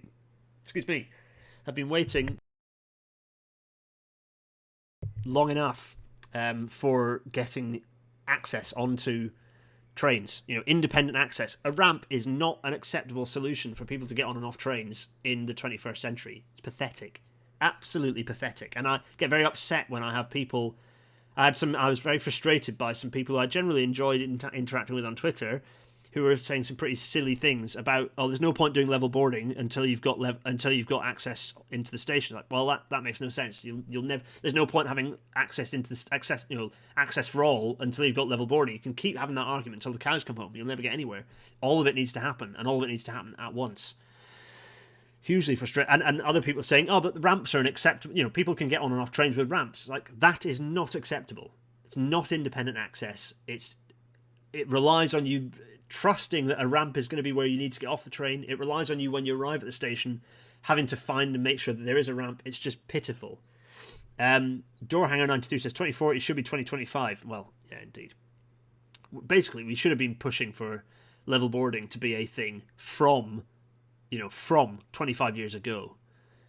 Should have been part of the original settlement for privatisation, let alone the discussions that we have now. So this person started looking for jobs outside of London because it's easier, and couldn't get home anymore. She points out that she doesn't want to be manhandled onto a train every weekend to go and see family. It's horrible. Then what was really unpleasant is that the DFT, here's the DFT, who we've been trying to deal with the campaign trying to deal with them. They said it was trying to ensure completely level access for passengers between trains and platforms on newer networks, such as the Newcastle Metro. It's not the Newcastle Metro, it's the Tyne and Wear Metro, or the DLR. Both the Tyne and Wear Metro and the DLR were built with level boarding in mind from the outset. So they've done that. The Tyne and Wear, the Metro was the first to do it. Was the first to achieve it. We now have Merseyrail, as Andrew Sherwood has just pointed out. Merseyrail, which we're going to get David Powell on to talk about it once they start. You've not escaped, David. If you remember, in fact, we went through this in the level. There is the level board. We've done the level boarding episode of Rail Matters, so I've covered a lot of this. You all know this stuff already. But Merseyrail are showing how it can be done from mainline networks. The Merseyrail solution is not a metro-only solution. It is a national network, all trains can pass solution. So this is the nonsense that I'm talking about. This rubbish here from the DFT. The DFT said it was unable to change some platforms in the UK's rail network for historical reasons. Utter rot. Utter rot. And then what's worse is that Ms. Woodcock-Fowles pushed the issue. She says she was told by the DFT that it would no longer correspond with her on the matter. This is just. I'm afraid this entirely summarizes the attitudes of broadly and generically the DFT when it comes to accessibility. There may be some points of light, but I'm sorry, the attitudes are wrong. And even people who ostensibly should be are supposed to be champions, even within the RTG actually, people who are supposed to be accessibility champions continue to peddle falsehoods about how level boarding, how hard it is to deliver. It isn't necessarily that hard, and it doesn't matter if it's hard. It needs to be done, but also how technically complex it is, and come up with reasons for why it can't be rolled out. Excuses, not reasons. It's pitiful. If you want to understand level boarding, there are some questions coming through about how it works. Go and watch the level boarding episode of RailNatter where I go into it, things like curvature and stuff like that. We cover all that. So that's level boarding. So I'm pretty disappointed that level board. It's annoying that level boarding as a name has been politicized to the point where they refuse to mention it within the report. I'm annoyed by that. Really annoyed by it. And it's a get out of jail free card because it's hard. It's not hard, but it involves long-term commitment and funding. So there are lots of questions coming in. Level boarding. Go watch that episode. Right, we're on chapter 6. It's 2036. How long have we been going for? An hour 35. Can we do this? Can we actually do this? This chapter's bollocks. This is the stupid private sector section, which just has. Also, there's a paragraph which is just nonsense. So, Great British Railways will be expected to learn from the best elements of the public and private models. I mean, yes, there is a combination of public-private there. Admitting that it's essentially irrelevant is an important part of this. And to be entrepreneurial, why am I struggling to pronounce words so much at the moment? It's because I'm reading voice now. It's not very good. That voice of mine is not very good at doing R's. And to be entrepreneurial and actively promote the railways and the many businesses that serve it and support it. Okay, right, listen to this nonsense. Hundreds of innovative, competitive private businesses filled the gap of British Rail's research and development arm in the 1990s. What? What? I'm sorry? Did they? No, they did not. One of the biggest gaps that the private railway left is the total lack of any coherent, centrally administered research and development program. What? So that's nonsense. Anyway, right, There are more, like, our country succeeds when its public and private sectors work in tandem. Yeah, to an extent that's true. I do buy into that. In fact, I vigorously buy into that. I do buy into the Mariana Mazzucato logic of, like, mission-oriented and kind of public and private. The name on the top of the check doesn't really make much difference. It's more about having a strategy. But that sentence is nonsense. So I'm just going to completely just ignore that. It's a load of rubbish. Anyway, so there's a load of stuff. We're probably going to go through these really quickly. The economic but they do talk about rail. They've snuck rail freight in here, which is a bit weird because rail freight deserves to have its own chapter, and it doesn't. The last one was passengers, wasn't it? Is it passengers? Yeah, new deal for passengers. And then this one's about unleashing the private sector's potential. What it should have been is talk about freight, but anyway. The economic and environmental benefits of rail freight will be supported by a new customer-focused approach, modern track access rights, and new safeguards. Fair enough. If that means there being a GBR rail freight portal where you can say, I've got a thing, is it possible for to move said thing from here to here, and if I was going to do it, how would I involve rail in that process? If that's going to be involved, great. If it isn't, that should be on the list, because that's a serious shortcoming. If I start a business and I decide, you know what, in my business I want to move stuff from here to here, and I would like rail to be part of that, I have no idea where to even start. I don't even know what to Google, let alone if there's a website to search for it. There's a picture of a freight train. So what was that? What we've got? 45. Right, fine. 46. Operators will take a lead role in improving services and performance by innovating with private partners, including train leasing companies. What a meaningless bullet point. I don't know what the relevant. What do they mean by that? 47. Modern contracts will be introduced to increase competition, reduce costs, and help to attract private investment for new technologies. That's also a load of nonsense. I just don't. Just irrelevant. What does that even, what value is that providing anyone? 48. Partnerships with other key infrastructure providers such as broadband innovators will help to boost the country's drive towards revolution and connectivity. The railways have a huge potential to push forward the government's ambitions for 5G and gigabit speed connectivity. Harnessing the opportunity to partner with technology businesses could enable our railways to become the backbone for connecting people digitally as well as physically. I mean, yeah, that's fair enough, but it's kind of a thing we've been doing already. There's a hell of a lot of fibre broadband in cable routes around the railway network. So, fine. That's kind of nothing new. 49. New locally led innovation schemes will unlock smarter working and support growth. That's meaningless. 50. Local engagement will better support small and medium-sized enterprises and startups. Again, what does that mean? What do these things mean? What are the outcomes? What's the measurement? What does this mean? 51. Contestability across operations will be increased, but subcontracting will need to deliver real value for money. Ugh, well, I'm puzzled by this one. So what it's saying is, we want more competition, but we also need to control subcontracting to make sure it's delivering value for money. Well, I suppose let's take the good out of that one, because again, it's basically meaningless waffle. But the idea that outsourcing is not necessarily a default cost saving is a good. It's a good thing. That's a good thing to have written down, because in the high output's a good example. They brought everyone in house and everything cost less. More staff stability, lots of good things. I mean, you all know my feelings on contingent workers, the exploitation of contingent workers. Well, that's the end of that chapter. I told you that was a rubbish chapter. The chapter 6 is just mostly a load of nonsense, other than the freight bit. And this again, so it should be so chapter 6 should be about rail freight, and chapter 7 should be about the environment. That's why it's green. But you'll notice that the environment stuff has been taken out, and they've changed the name to accelerating innovation and modernisation. Okay, maybe that's fine, but anyway, right. Britain's railways need to modernise if they're to become the backbone of a cleaner, greener public transport network, meet passenger demands for better connectivity, and serve the needs of businesses and manufacturers more effectively and affordably. Fine. Yeah. Okay. Let's see what's going on here. Rail is the cleanest public transport service, producing around 1% of transport emissions. Great, yeah. Government is investing $245 million in rail research and development from 2019 to 2024. Great. Transport for London's open data. Hey, where are you? Will, you in there? They mentioned open data. Hooray!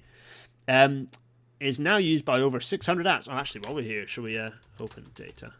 9 mentions of open data in the whole report. That's not bad, is it? Anyway. 52. Here we go.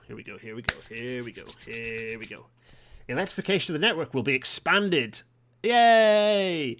And alternative technologies such as hydrogen and battery power will help to achieve zero emissions from trains and reduce air pollution. Boo. Well, not really boo, but more like, they immediately fixated upon hydrogen and battery, but whatever, okay.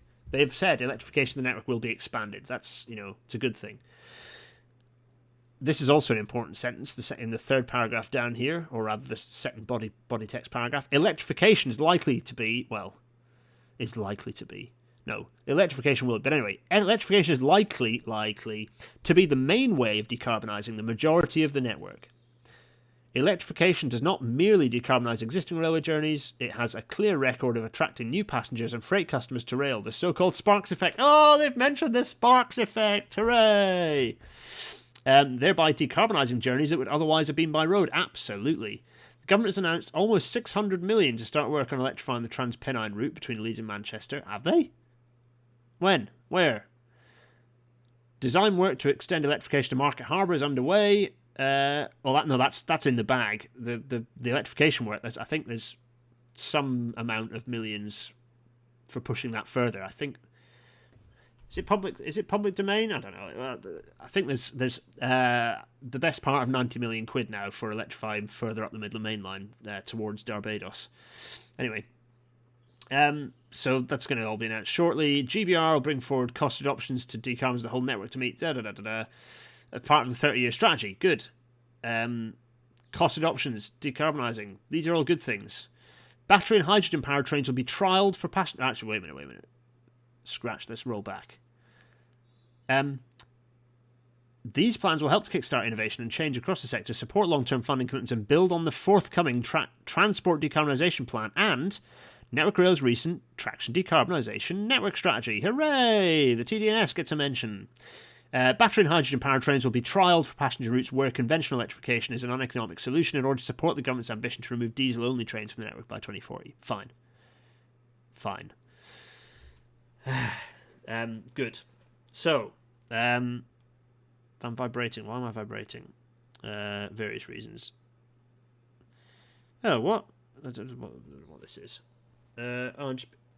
Why is Google Alerts is sending my own tweets? No, don't do that. It must have got a sufficient number of hits. It's weird. It never does that. Anyway, you don't care about that. Sorry, I'm getting distracted. Is it because I'm tired? I'm doing this for an hour and 45 minutes nearly. So that was 54 was electrification. 52 was electrification. 53, the contribution of the railways to the nation's green recovery will be strengthened, including through a comprehensive environment plan by 2022 that will establish rail as the backbone of a cleaner future transport system. That sounds good. I like the sound of that. Good. A part of an integrated plan, a big plan.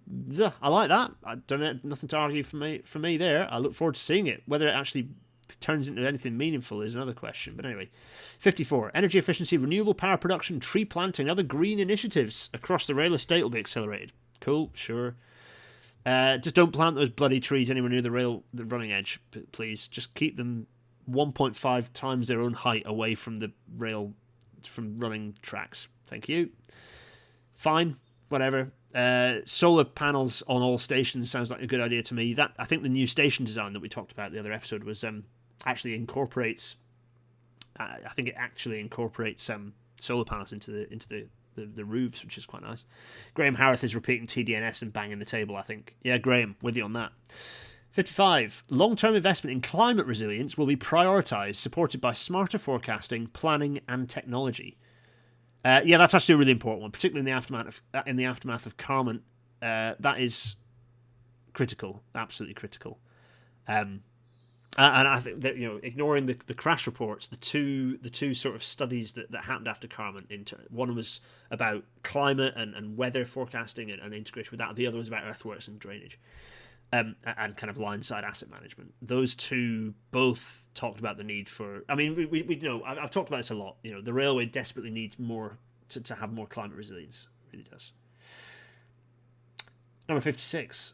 An open by here we go. This is the open data. Will, are you paying attention? Are you there still, Will? Anyway, 56. An open by default approach to data sharing will better inform journeys, improve transparency, and unlock new technology. So this is good. This is the thing. Again, this can allow an unlocking of an enormous amount of potential in the railways, which is default that everything should be open data. None of this stupid protected for commercial reasons. Blah, blah, blah. Yes, open data is so powerful. I need to do an episode on it. I need to do a rail piece on it. I've half written one actually, but I needed to.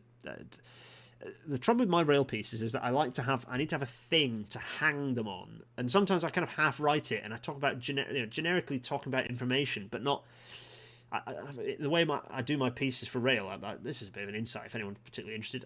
It needs to have like a thing to hang on. I like to have it, a story needs to have a topical relevance, a thing that people go, this is a thing that I've been thinking about recently. I can explore that subject in the context of this recent thing.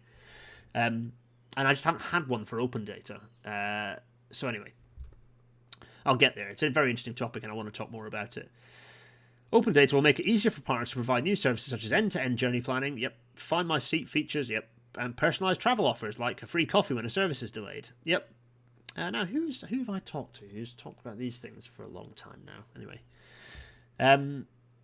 so, long-time collaborator, if you're watching, they've put it in the report. Anyway, Pete Johnson, my BBC pal calls it a news peg. Oh, that's quite. Oh, yeah, the hanger. There's the clothes hanger analogy. Just kind of Anyway, so there's some interesting discussion going on about how much this report means anything. We'll get to that at the end, I think. So I think that's good. I could read through the open data thing, but to be honest, just that for me, open by default approach, that's the key thing. 57. Research, development, and innovation funding will be simplified to make it more outcome-focused and to improve collaboration. I don't like the look of that. Research should be funded for the sake of itself in lots of cases. In all cases, research for the hell of it is a good thing. BR Research did so much research for the hell of it, and they broadly had to justify what it might end up coming to, what it might end up becoming useful for. But anyway, so GBR's regional divisions will lead delivery of research, development, and innovation projects. They'll work more closely with Partners such as UCRIN, the UK Rail Research and Innovation Network, they're the universities. Big up UCRIN. Hello to all of you in primarily, wait a minute, what are the primaries? Leeds, Huddersfield, Southampton. No, it's Huddersfield, Southampton and Birmingham. I think those are the three. Anyway, there quite a few university groups, clusters are involved. But I know that, I've got chums in Leeds, chums in Huddersfield, chums in Birmingham. Actually, I don't have any chums in Southampton. Southampton, I'll come down and have coffee and we can chat about, I don't know, earthworks and some of the other stuff you guys do.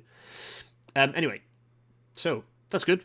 R&D focus. I'm slightly unnerved by the outcome focused thing, but generally research is well funded. It just doesn't integrate well. It's just not integrated well with industry. So, Paul James or Paul James, it might be. No outcome focused research ever led to anything groundbreaking, in my opinion. Yeah, well, indeed. Yes. So, fine. Oh, here's a page on. It's gone green, and it's a page on Project Speed. Oh, golly. Speed, which they've backronymed to Swift, Pragmatic, Efficient Enhancement Delivery, is a rail-specific initiative established to identify opportunities to reduce the timescales and cost of delivering rail infrastructure. Yeah, I had a good long chat with Gary about this on Monday. I don't think you'll mind me saying, because it's lots of people are currently involved in Speed. I don't think it's a great secret that certain various projects are within they're kind of within Project Speed, and there are some really positive things happening in there actually. My fear is that it won't. The things that work. So, for example, there's loads of stage gates, loads of processes you have to go through in the original grip. There's nothing wrong with grip ostensibly. Sometimes there are lots of duplicating hurdles, and the issue is so speed is basically a bit like waving the Project Speed flag. They're allowed to jump through some of those things to kind of get to certain stages, business case stages or whatever, design stages quicker than happened previously. That's good, but we need to write down where that works without causing any problems and keep that, and where it doesn't work or where actually you need to then revisit that anyway and it's not really saved any time, we also need to write that down. So I hope there are teams writing down where those savings are functioning or not, because I don't know. Anyway, this is all because number 58, speed will accelerate the delivery of improvements, making more efficient results than new normal. I have to say I'm a cynic on this because ultimately engineering requires checks and balances and yeah, so we'll see. It seems like there have been some successes, there's some fast things have happened actually infrastructure wise, but the extent to which I don't know. Yeah, we'll see. Yeah. There's a nice picture of Oakhampton with some sleepers on a sleeper train because they're laying tracks to Oakhampton. Very nice. Oh, here we go. This is the staff one. Matt Reed, you were asking about staff. This is the staff one. What time is it? 1:52:05. I'm sorry, this is going on, but we're gonna get to the end of this, and we're gonna talk very briefly about the Roscoes, and then we're gonna talk about my feelings on the overall report, and then we're gonna go to bed. Chapter 8, Empowering Rails People. The government has paid around $12 billion over the past 15 months to keep the railways running and keep 240,000 people in the sector in work. That's an ominous way to start a chapter. That's like holding us to ransom. It's like, we paid you 12 billion quid to keep you all in work. It's like, well, yeah, that was a global pandemic. Good. Of course you did. Well, what? The collapse in passenger numbers during the pandemic, likelihood of employers have a stake in the future, must be involved in shaping it. Yep, fine. Future of the sector hangs in the balance. No, it doesn't. No, it does not. The future of the sector does not hang in the balance. That's entirely up to government's decision to make it hang in the balance, and obviously it can't hang in the balance, so that's a bollocks statement. It does not. The future of the rail network does not hang in the balance. It's entirely a government decision to make that the case, if it is. The government wants the railways to provide high-quality jobs across Great Britain, with staff in the sector and across the supply chain able to learn, progress, and crucially adapt to a changing transport sector. Fine. I'm reading through for the bit. Right, fine. This means working across the sector to promote cooperation and collaboration between different parts of the system, developing an inclusive, diverse culture where people feel job satisfaction, and rewarding people appropriately for helping to improve productivity and customer service. Fine. A flexible and sustainable workforce is key to this. Right, this is where it starts getting more dubious. This cannot mean that everyone can do the same job in the same way as they always have, but instead that people will have opportunities of investment in training to improve their skills and potential so they can develop their careers more effectively. I mean, ostensibly I don't disagree with that. Some of the undertones are perhaps where I'm a bit more worried about that. This chapter sets out plans to address the challenges of the past and grasp the opportunities of the future. Well, that doesn't mean anything. Including new technologies that will radically change the way passengers travel and freight is moved across the network. Okay, these plans will put the workforce front and centre in the transformed railways at the heart of GBR. Wonderful. Let's see what the bullet points are. Over 30% of total rail costs in 1920 were staff costs. Rail industry wage growth has increased on average above the rate of inflation over the past decade. Good. That's what happens when unions are involved, folks. You get paid better.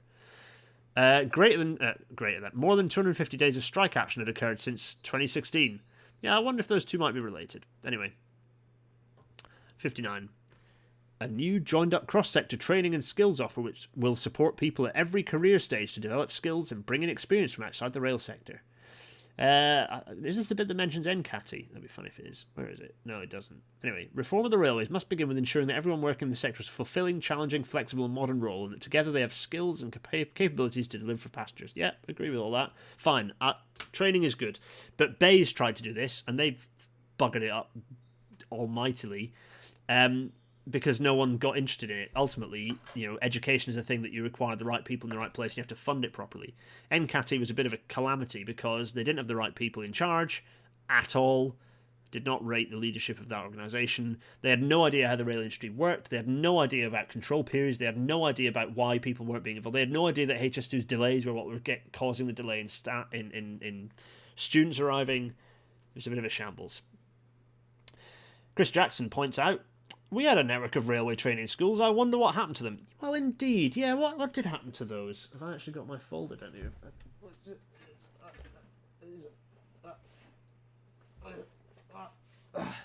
this? This looks... that's actually the old BR one. There we are. There's one. Actually, I have another one. Where's the other one? I've got another good... I've got several old BR training folders. Oh, it's one up there. Can I get it? No, because I'll probably pull this with me.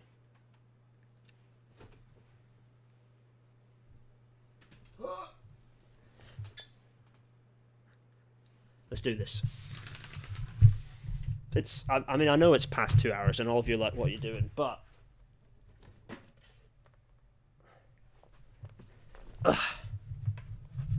Yeah. That's what you needed to see was just me in my shorts, right? There we are. Big face. Look at this. School of Transport Darlington. What's that logo there? Yeah, I wonder.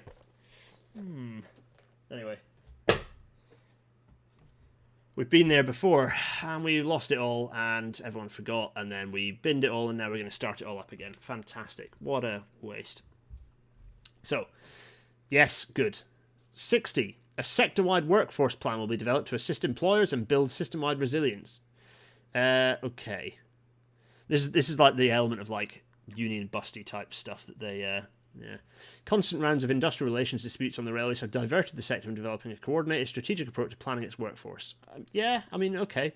A reset is needed to allow the sector to dedicate time and attention to fostering the skills and talent needed to be fit for the future. Again, there are lots of euphemisms within this of like, some of this you could argue it's like, yeah, that means getting rid of guards and turning them into different types of staff. Well, to an extent, maybe that isn't. Yeah, some of that needs to happen, to be honest.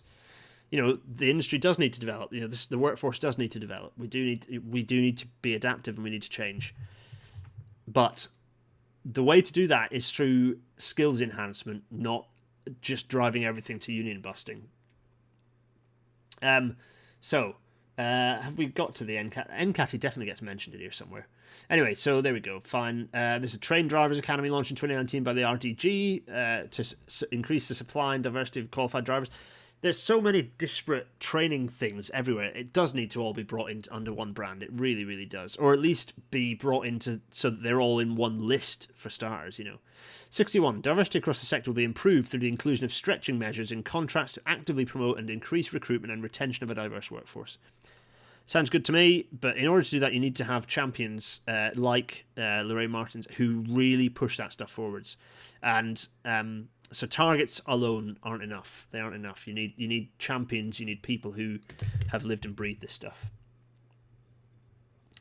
Lewis caught is a reset. Like a nice stable long-term plan and funding so that new staffing can be planned. Yeah, well, they have got the idea of a long-term plan, so that will help. Oh look, it's the STEM lab. Hooray! That's in the quadrant in Milton Keynes, I think, isn't it? Anyway, 62. Comprehensive data on productivity and pay will be collected and published by ORR, which will report on the data and compare it with that of other sectors and labour markets. Well, I mean, ostensibly, that's not a bad thing. It's kind of fair enough. Fine. Oh, wait, what? Oh, I'm sure NCATI is in here. Wait a minute. Right, where is it? NCATI. Advanced. There we are. That's it. I found it. That was in 57. I missed it. Oh, it's in the. Oh, it's in the skills one. Oh, I missed it. It was in the R&D section. Oh, crikey! There you go. Yeah, that's because so there it is, the National College for Advanced Transport and Infrastructure, one of the most stupidly named things ever. It collapsed in on itself, but it's kept its name and it's been bought by University of Birmingham, BCRE, which made me an employee of NCATI again after they got rid of me. After they didn't renew my contract. Hooray! Anyway, right, okay, fine. We're getting to the conclusion, folks. Conclusion: delivering the rail revolution. This white paper sets out the most ambitious changes to the rail sector in a generation. 10 outcomes at the start of this white paper will guide our efforts to deliver the vision set out by Keith and Grant. What a pair.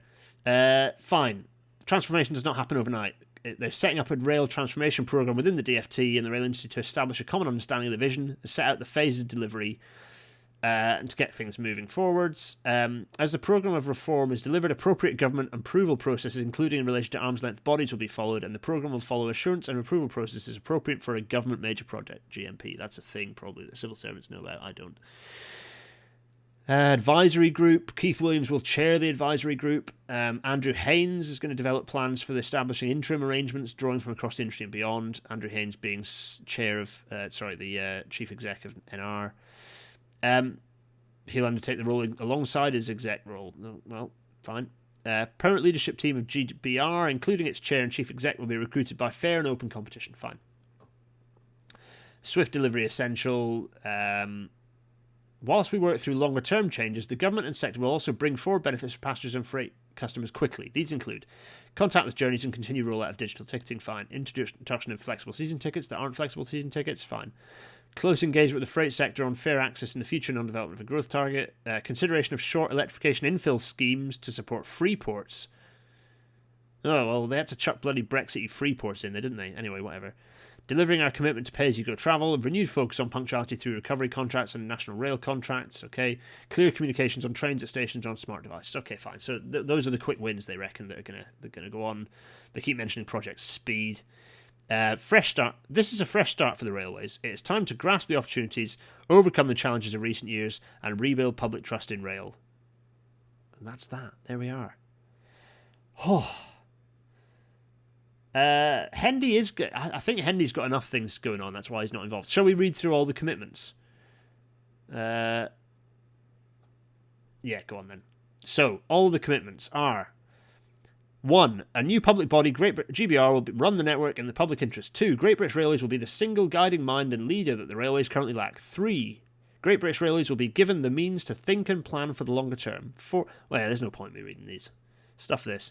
You just remember all the things. So basically, if you want to go into the report, this is the useful collection of all the kind of the numbers.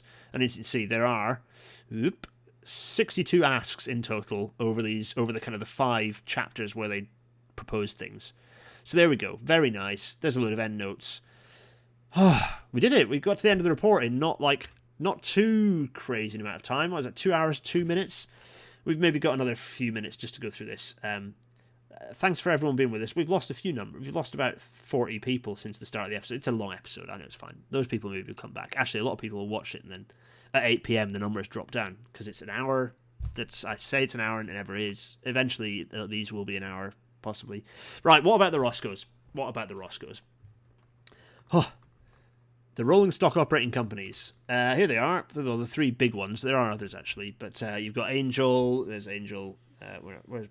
There's Angel, there's Eversholt, and there's Porterbrook. And, don't get me wrong, there are a lot of fantastic people working within these organisations. Not least the team who are working on Hydroflex, that award-winning pair of innovators, kind of shared job role, working for Porterbrook. I think it's Porterbrook, isn't it? Someone check that. So there are fantastic people working within these organisations. Those people wouldn't disappear if the Roscoes died. No. You need those people to continue dealing with rolling stock. You don't manage... The train operators can't suddenly just have trains and not have the staff who know how to deal with them. No. But what you can do is stop the fact that these exist to essentially... These are asset stripping organisations that exist to make a dump ton of cash out of an asset that... I don't know what percentage is, and the percentage has reduced quite a lot in recent years. But certainly when they started up, it was an entirely publicly paid for asset that was gained massively on the cheap, and that they then charged extortionate rates to the train operating companies to lease them. The Roscoes need to go, and this does not solve that. It doesn't even hardly mentions them. They stay doing exactly what they do. No change whatsoever. Angel and Eversholt are named after the locations of their original headquarters, indeed. These all have kind of... And Porterbrook also, I think, has reference to... Anyway, the point of all of these are... They have roots in original BR, weirdly. But they're a very exploitative part of the rail industry that no one ever really talks about very much, because a lot of people don't understand it. If you go through the Wikipedia of these organisations, they're owned by, just like banks and hedge fundy type things and capital investment firms and all sorts of nasties. Like, it's just... they're there to make cash. And if an organisation is there to just make cash for no discernible benefit, I have to say, no. So they should be got rid of, and this doesn't change that. Which kind of leads me to the next thing, is like, what do I think of this? What do I think of the Williams-Shapps revival? Well, I think that, and I said this in my news interview, right? It's broadly good, right? This is stuff that anyone sensible has been saying that needs to happen in the industry for a very long time. But I would strongly recommend picking out Dr. David Turner's thread on the report. He had a flick through, and he has his feeling on it. And essentially, it doesn't answer. It maybe goes further than anyone before in decades of railway history, but it still doesn't actually answer the most important question. The most important question. I think this is a question that Walmart's been asking for a long time, but it's something he and I share on, which is, what are the railways for? What are they for? What are they actually for? And I hope some of the future... I will go big face in a minute, Matt. I hope some of the plans within so some of the future documents that the government are saying they're going to publish in 2022 or whatever, pending not having a collapse in government magically or somehow. Those reports about integrating transport and rail being the backbone, some of those suggestions, if there is going to be a big picture, what are the railways for? Bigger picture, bigger transport picture question, great. But a lot of what I'm seeing in that report is still the same old efficiencies, costs. You can't measure the success and grow the success of a railway by just looking at the financial element. You've got to look at what is it achieving, what is it gaining, what are we gaining from it? And I don't think this answers that. So I think it's a good report. I'm going to go big face now. So I think Williams-Shapps is a good report. Actually, so I think it's positive. It's positive for the industry. So it's actually a positive thing. Some of the underlying stuff we need to pick out and pick through and make sure it's not used as a stick to bash the industry. There are some things I think through the episodes that you might have noticed I'm worried about, skeptical about. The three big ones. There are others, but the three big ones being Welsh and Scottish branding, and indeed the urban areas actually, level boarding, and the Roscoes. Those are serious shortcomings. But there are other things that I'm sceptical and worried about. And to be honest, I can't summarise any better than Chris Jackson just has, which is a lot of good analysis, potentially positive commitments, but when it comes to delivery, the devil will be in the detail. Chris, you've concluded the episode perfectly. Isn't that good? Thanks for that, Chris. Well, brilliant. I like it when people script for me. That's great. As ever, you can do this sort of thing, or listen to this sort of thing in audio-only form. I don't know why the hell you'd managed to do that. I tried to make it obvious when I was reading / when I was kind of analysing, but we'll see how successful that was. Thank you so much for your patience. It's been a long old episode, but it'd be even longer if you listen to it in audio-only mode. So anyway, so thanks for that. What else am I going to say? I'm going to say Patreon, Discord, PayPal. This is the I don't know. Can I make this a different? Should I do something to jazz this slide up? You've all seen it so many times now. Patreon.com/GarethDennis is where you can support me and make this stuff continue to happen. If you continue to support me, I continue to have to do these weekly. Essentially, is the long and short of it. Choose future episodes, themes, and guests. Exclusive sneak peeks and content. Yeah, there's exclusive. I haven't done some proper Patreon only stuff for a while. Actually, I need to jazz this up. Oh, change the Discord logo to the new one to jazz it up a little. Oh, is there a new Discord logo? Oh yeah, there is, isn't there? I should probably do that, shouldn't I? Anyway, that was a fun episode. Anyway, yeah. So I need to do some more exclusive. This I'm not selling Patreon very well. I need to do some more Patreon exclusive stuff. Actually, I haven't recorded you a little Patreon exclusive video for a while. Maybe I'll do that. Maybe I'll do a little office tour and show you what I'm up to or something. I don't know. Send me your ideas for things you want to know, Patreon people. If you want some exclusive fun content, and I'll do it. Discord. Go onto the Discord server. All the jazz happens on there. Everything. It's chaos, but it's good chaos. Lots of good things. It's a remarkably happy, pleasant place, considering that, 500 of you are on there now? It's huge numbers of people on there, I think.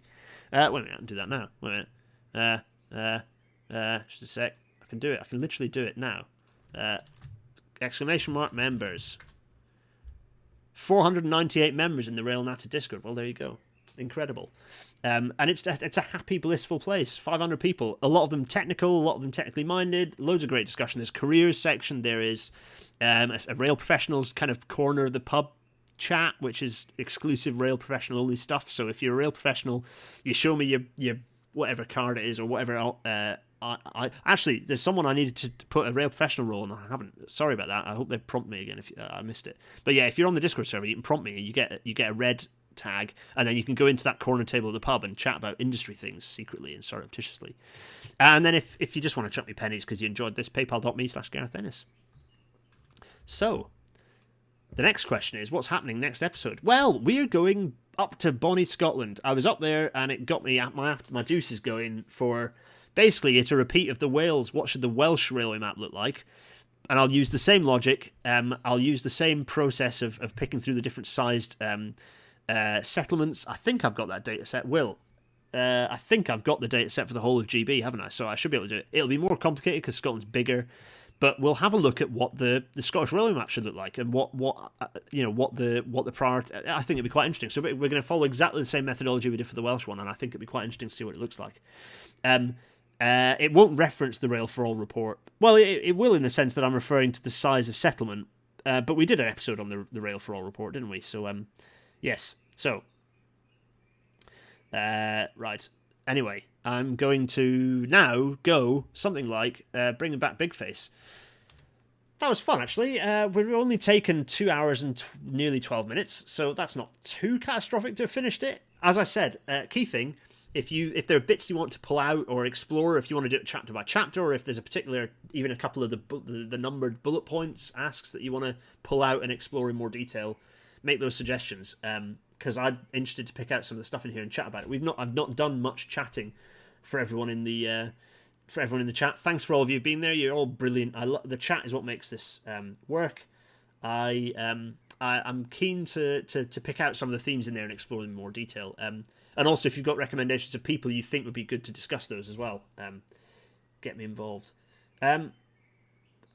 So, I mean, the chat's continuing. I don't want to stop it because it's like there's some interesting chat going on in there. Go take it into the Discord where it can continue forevermore.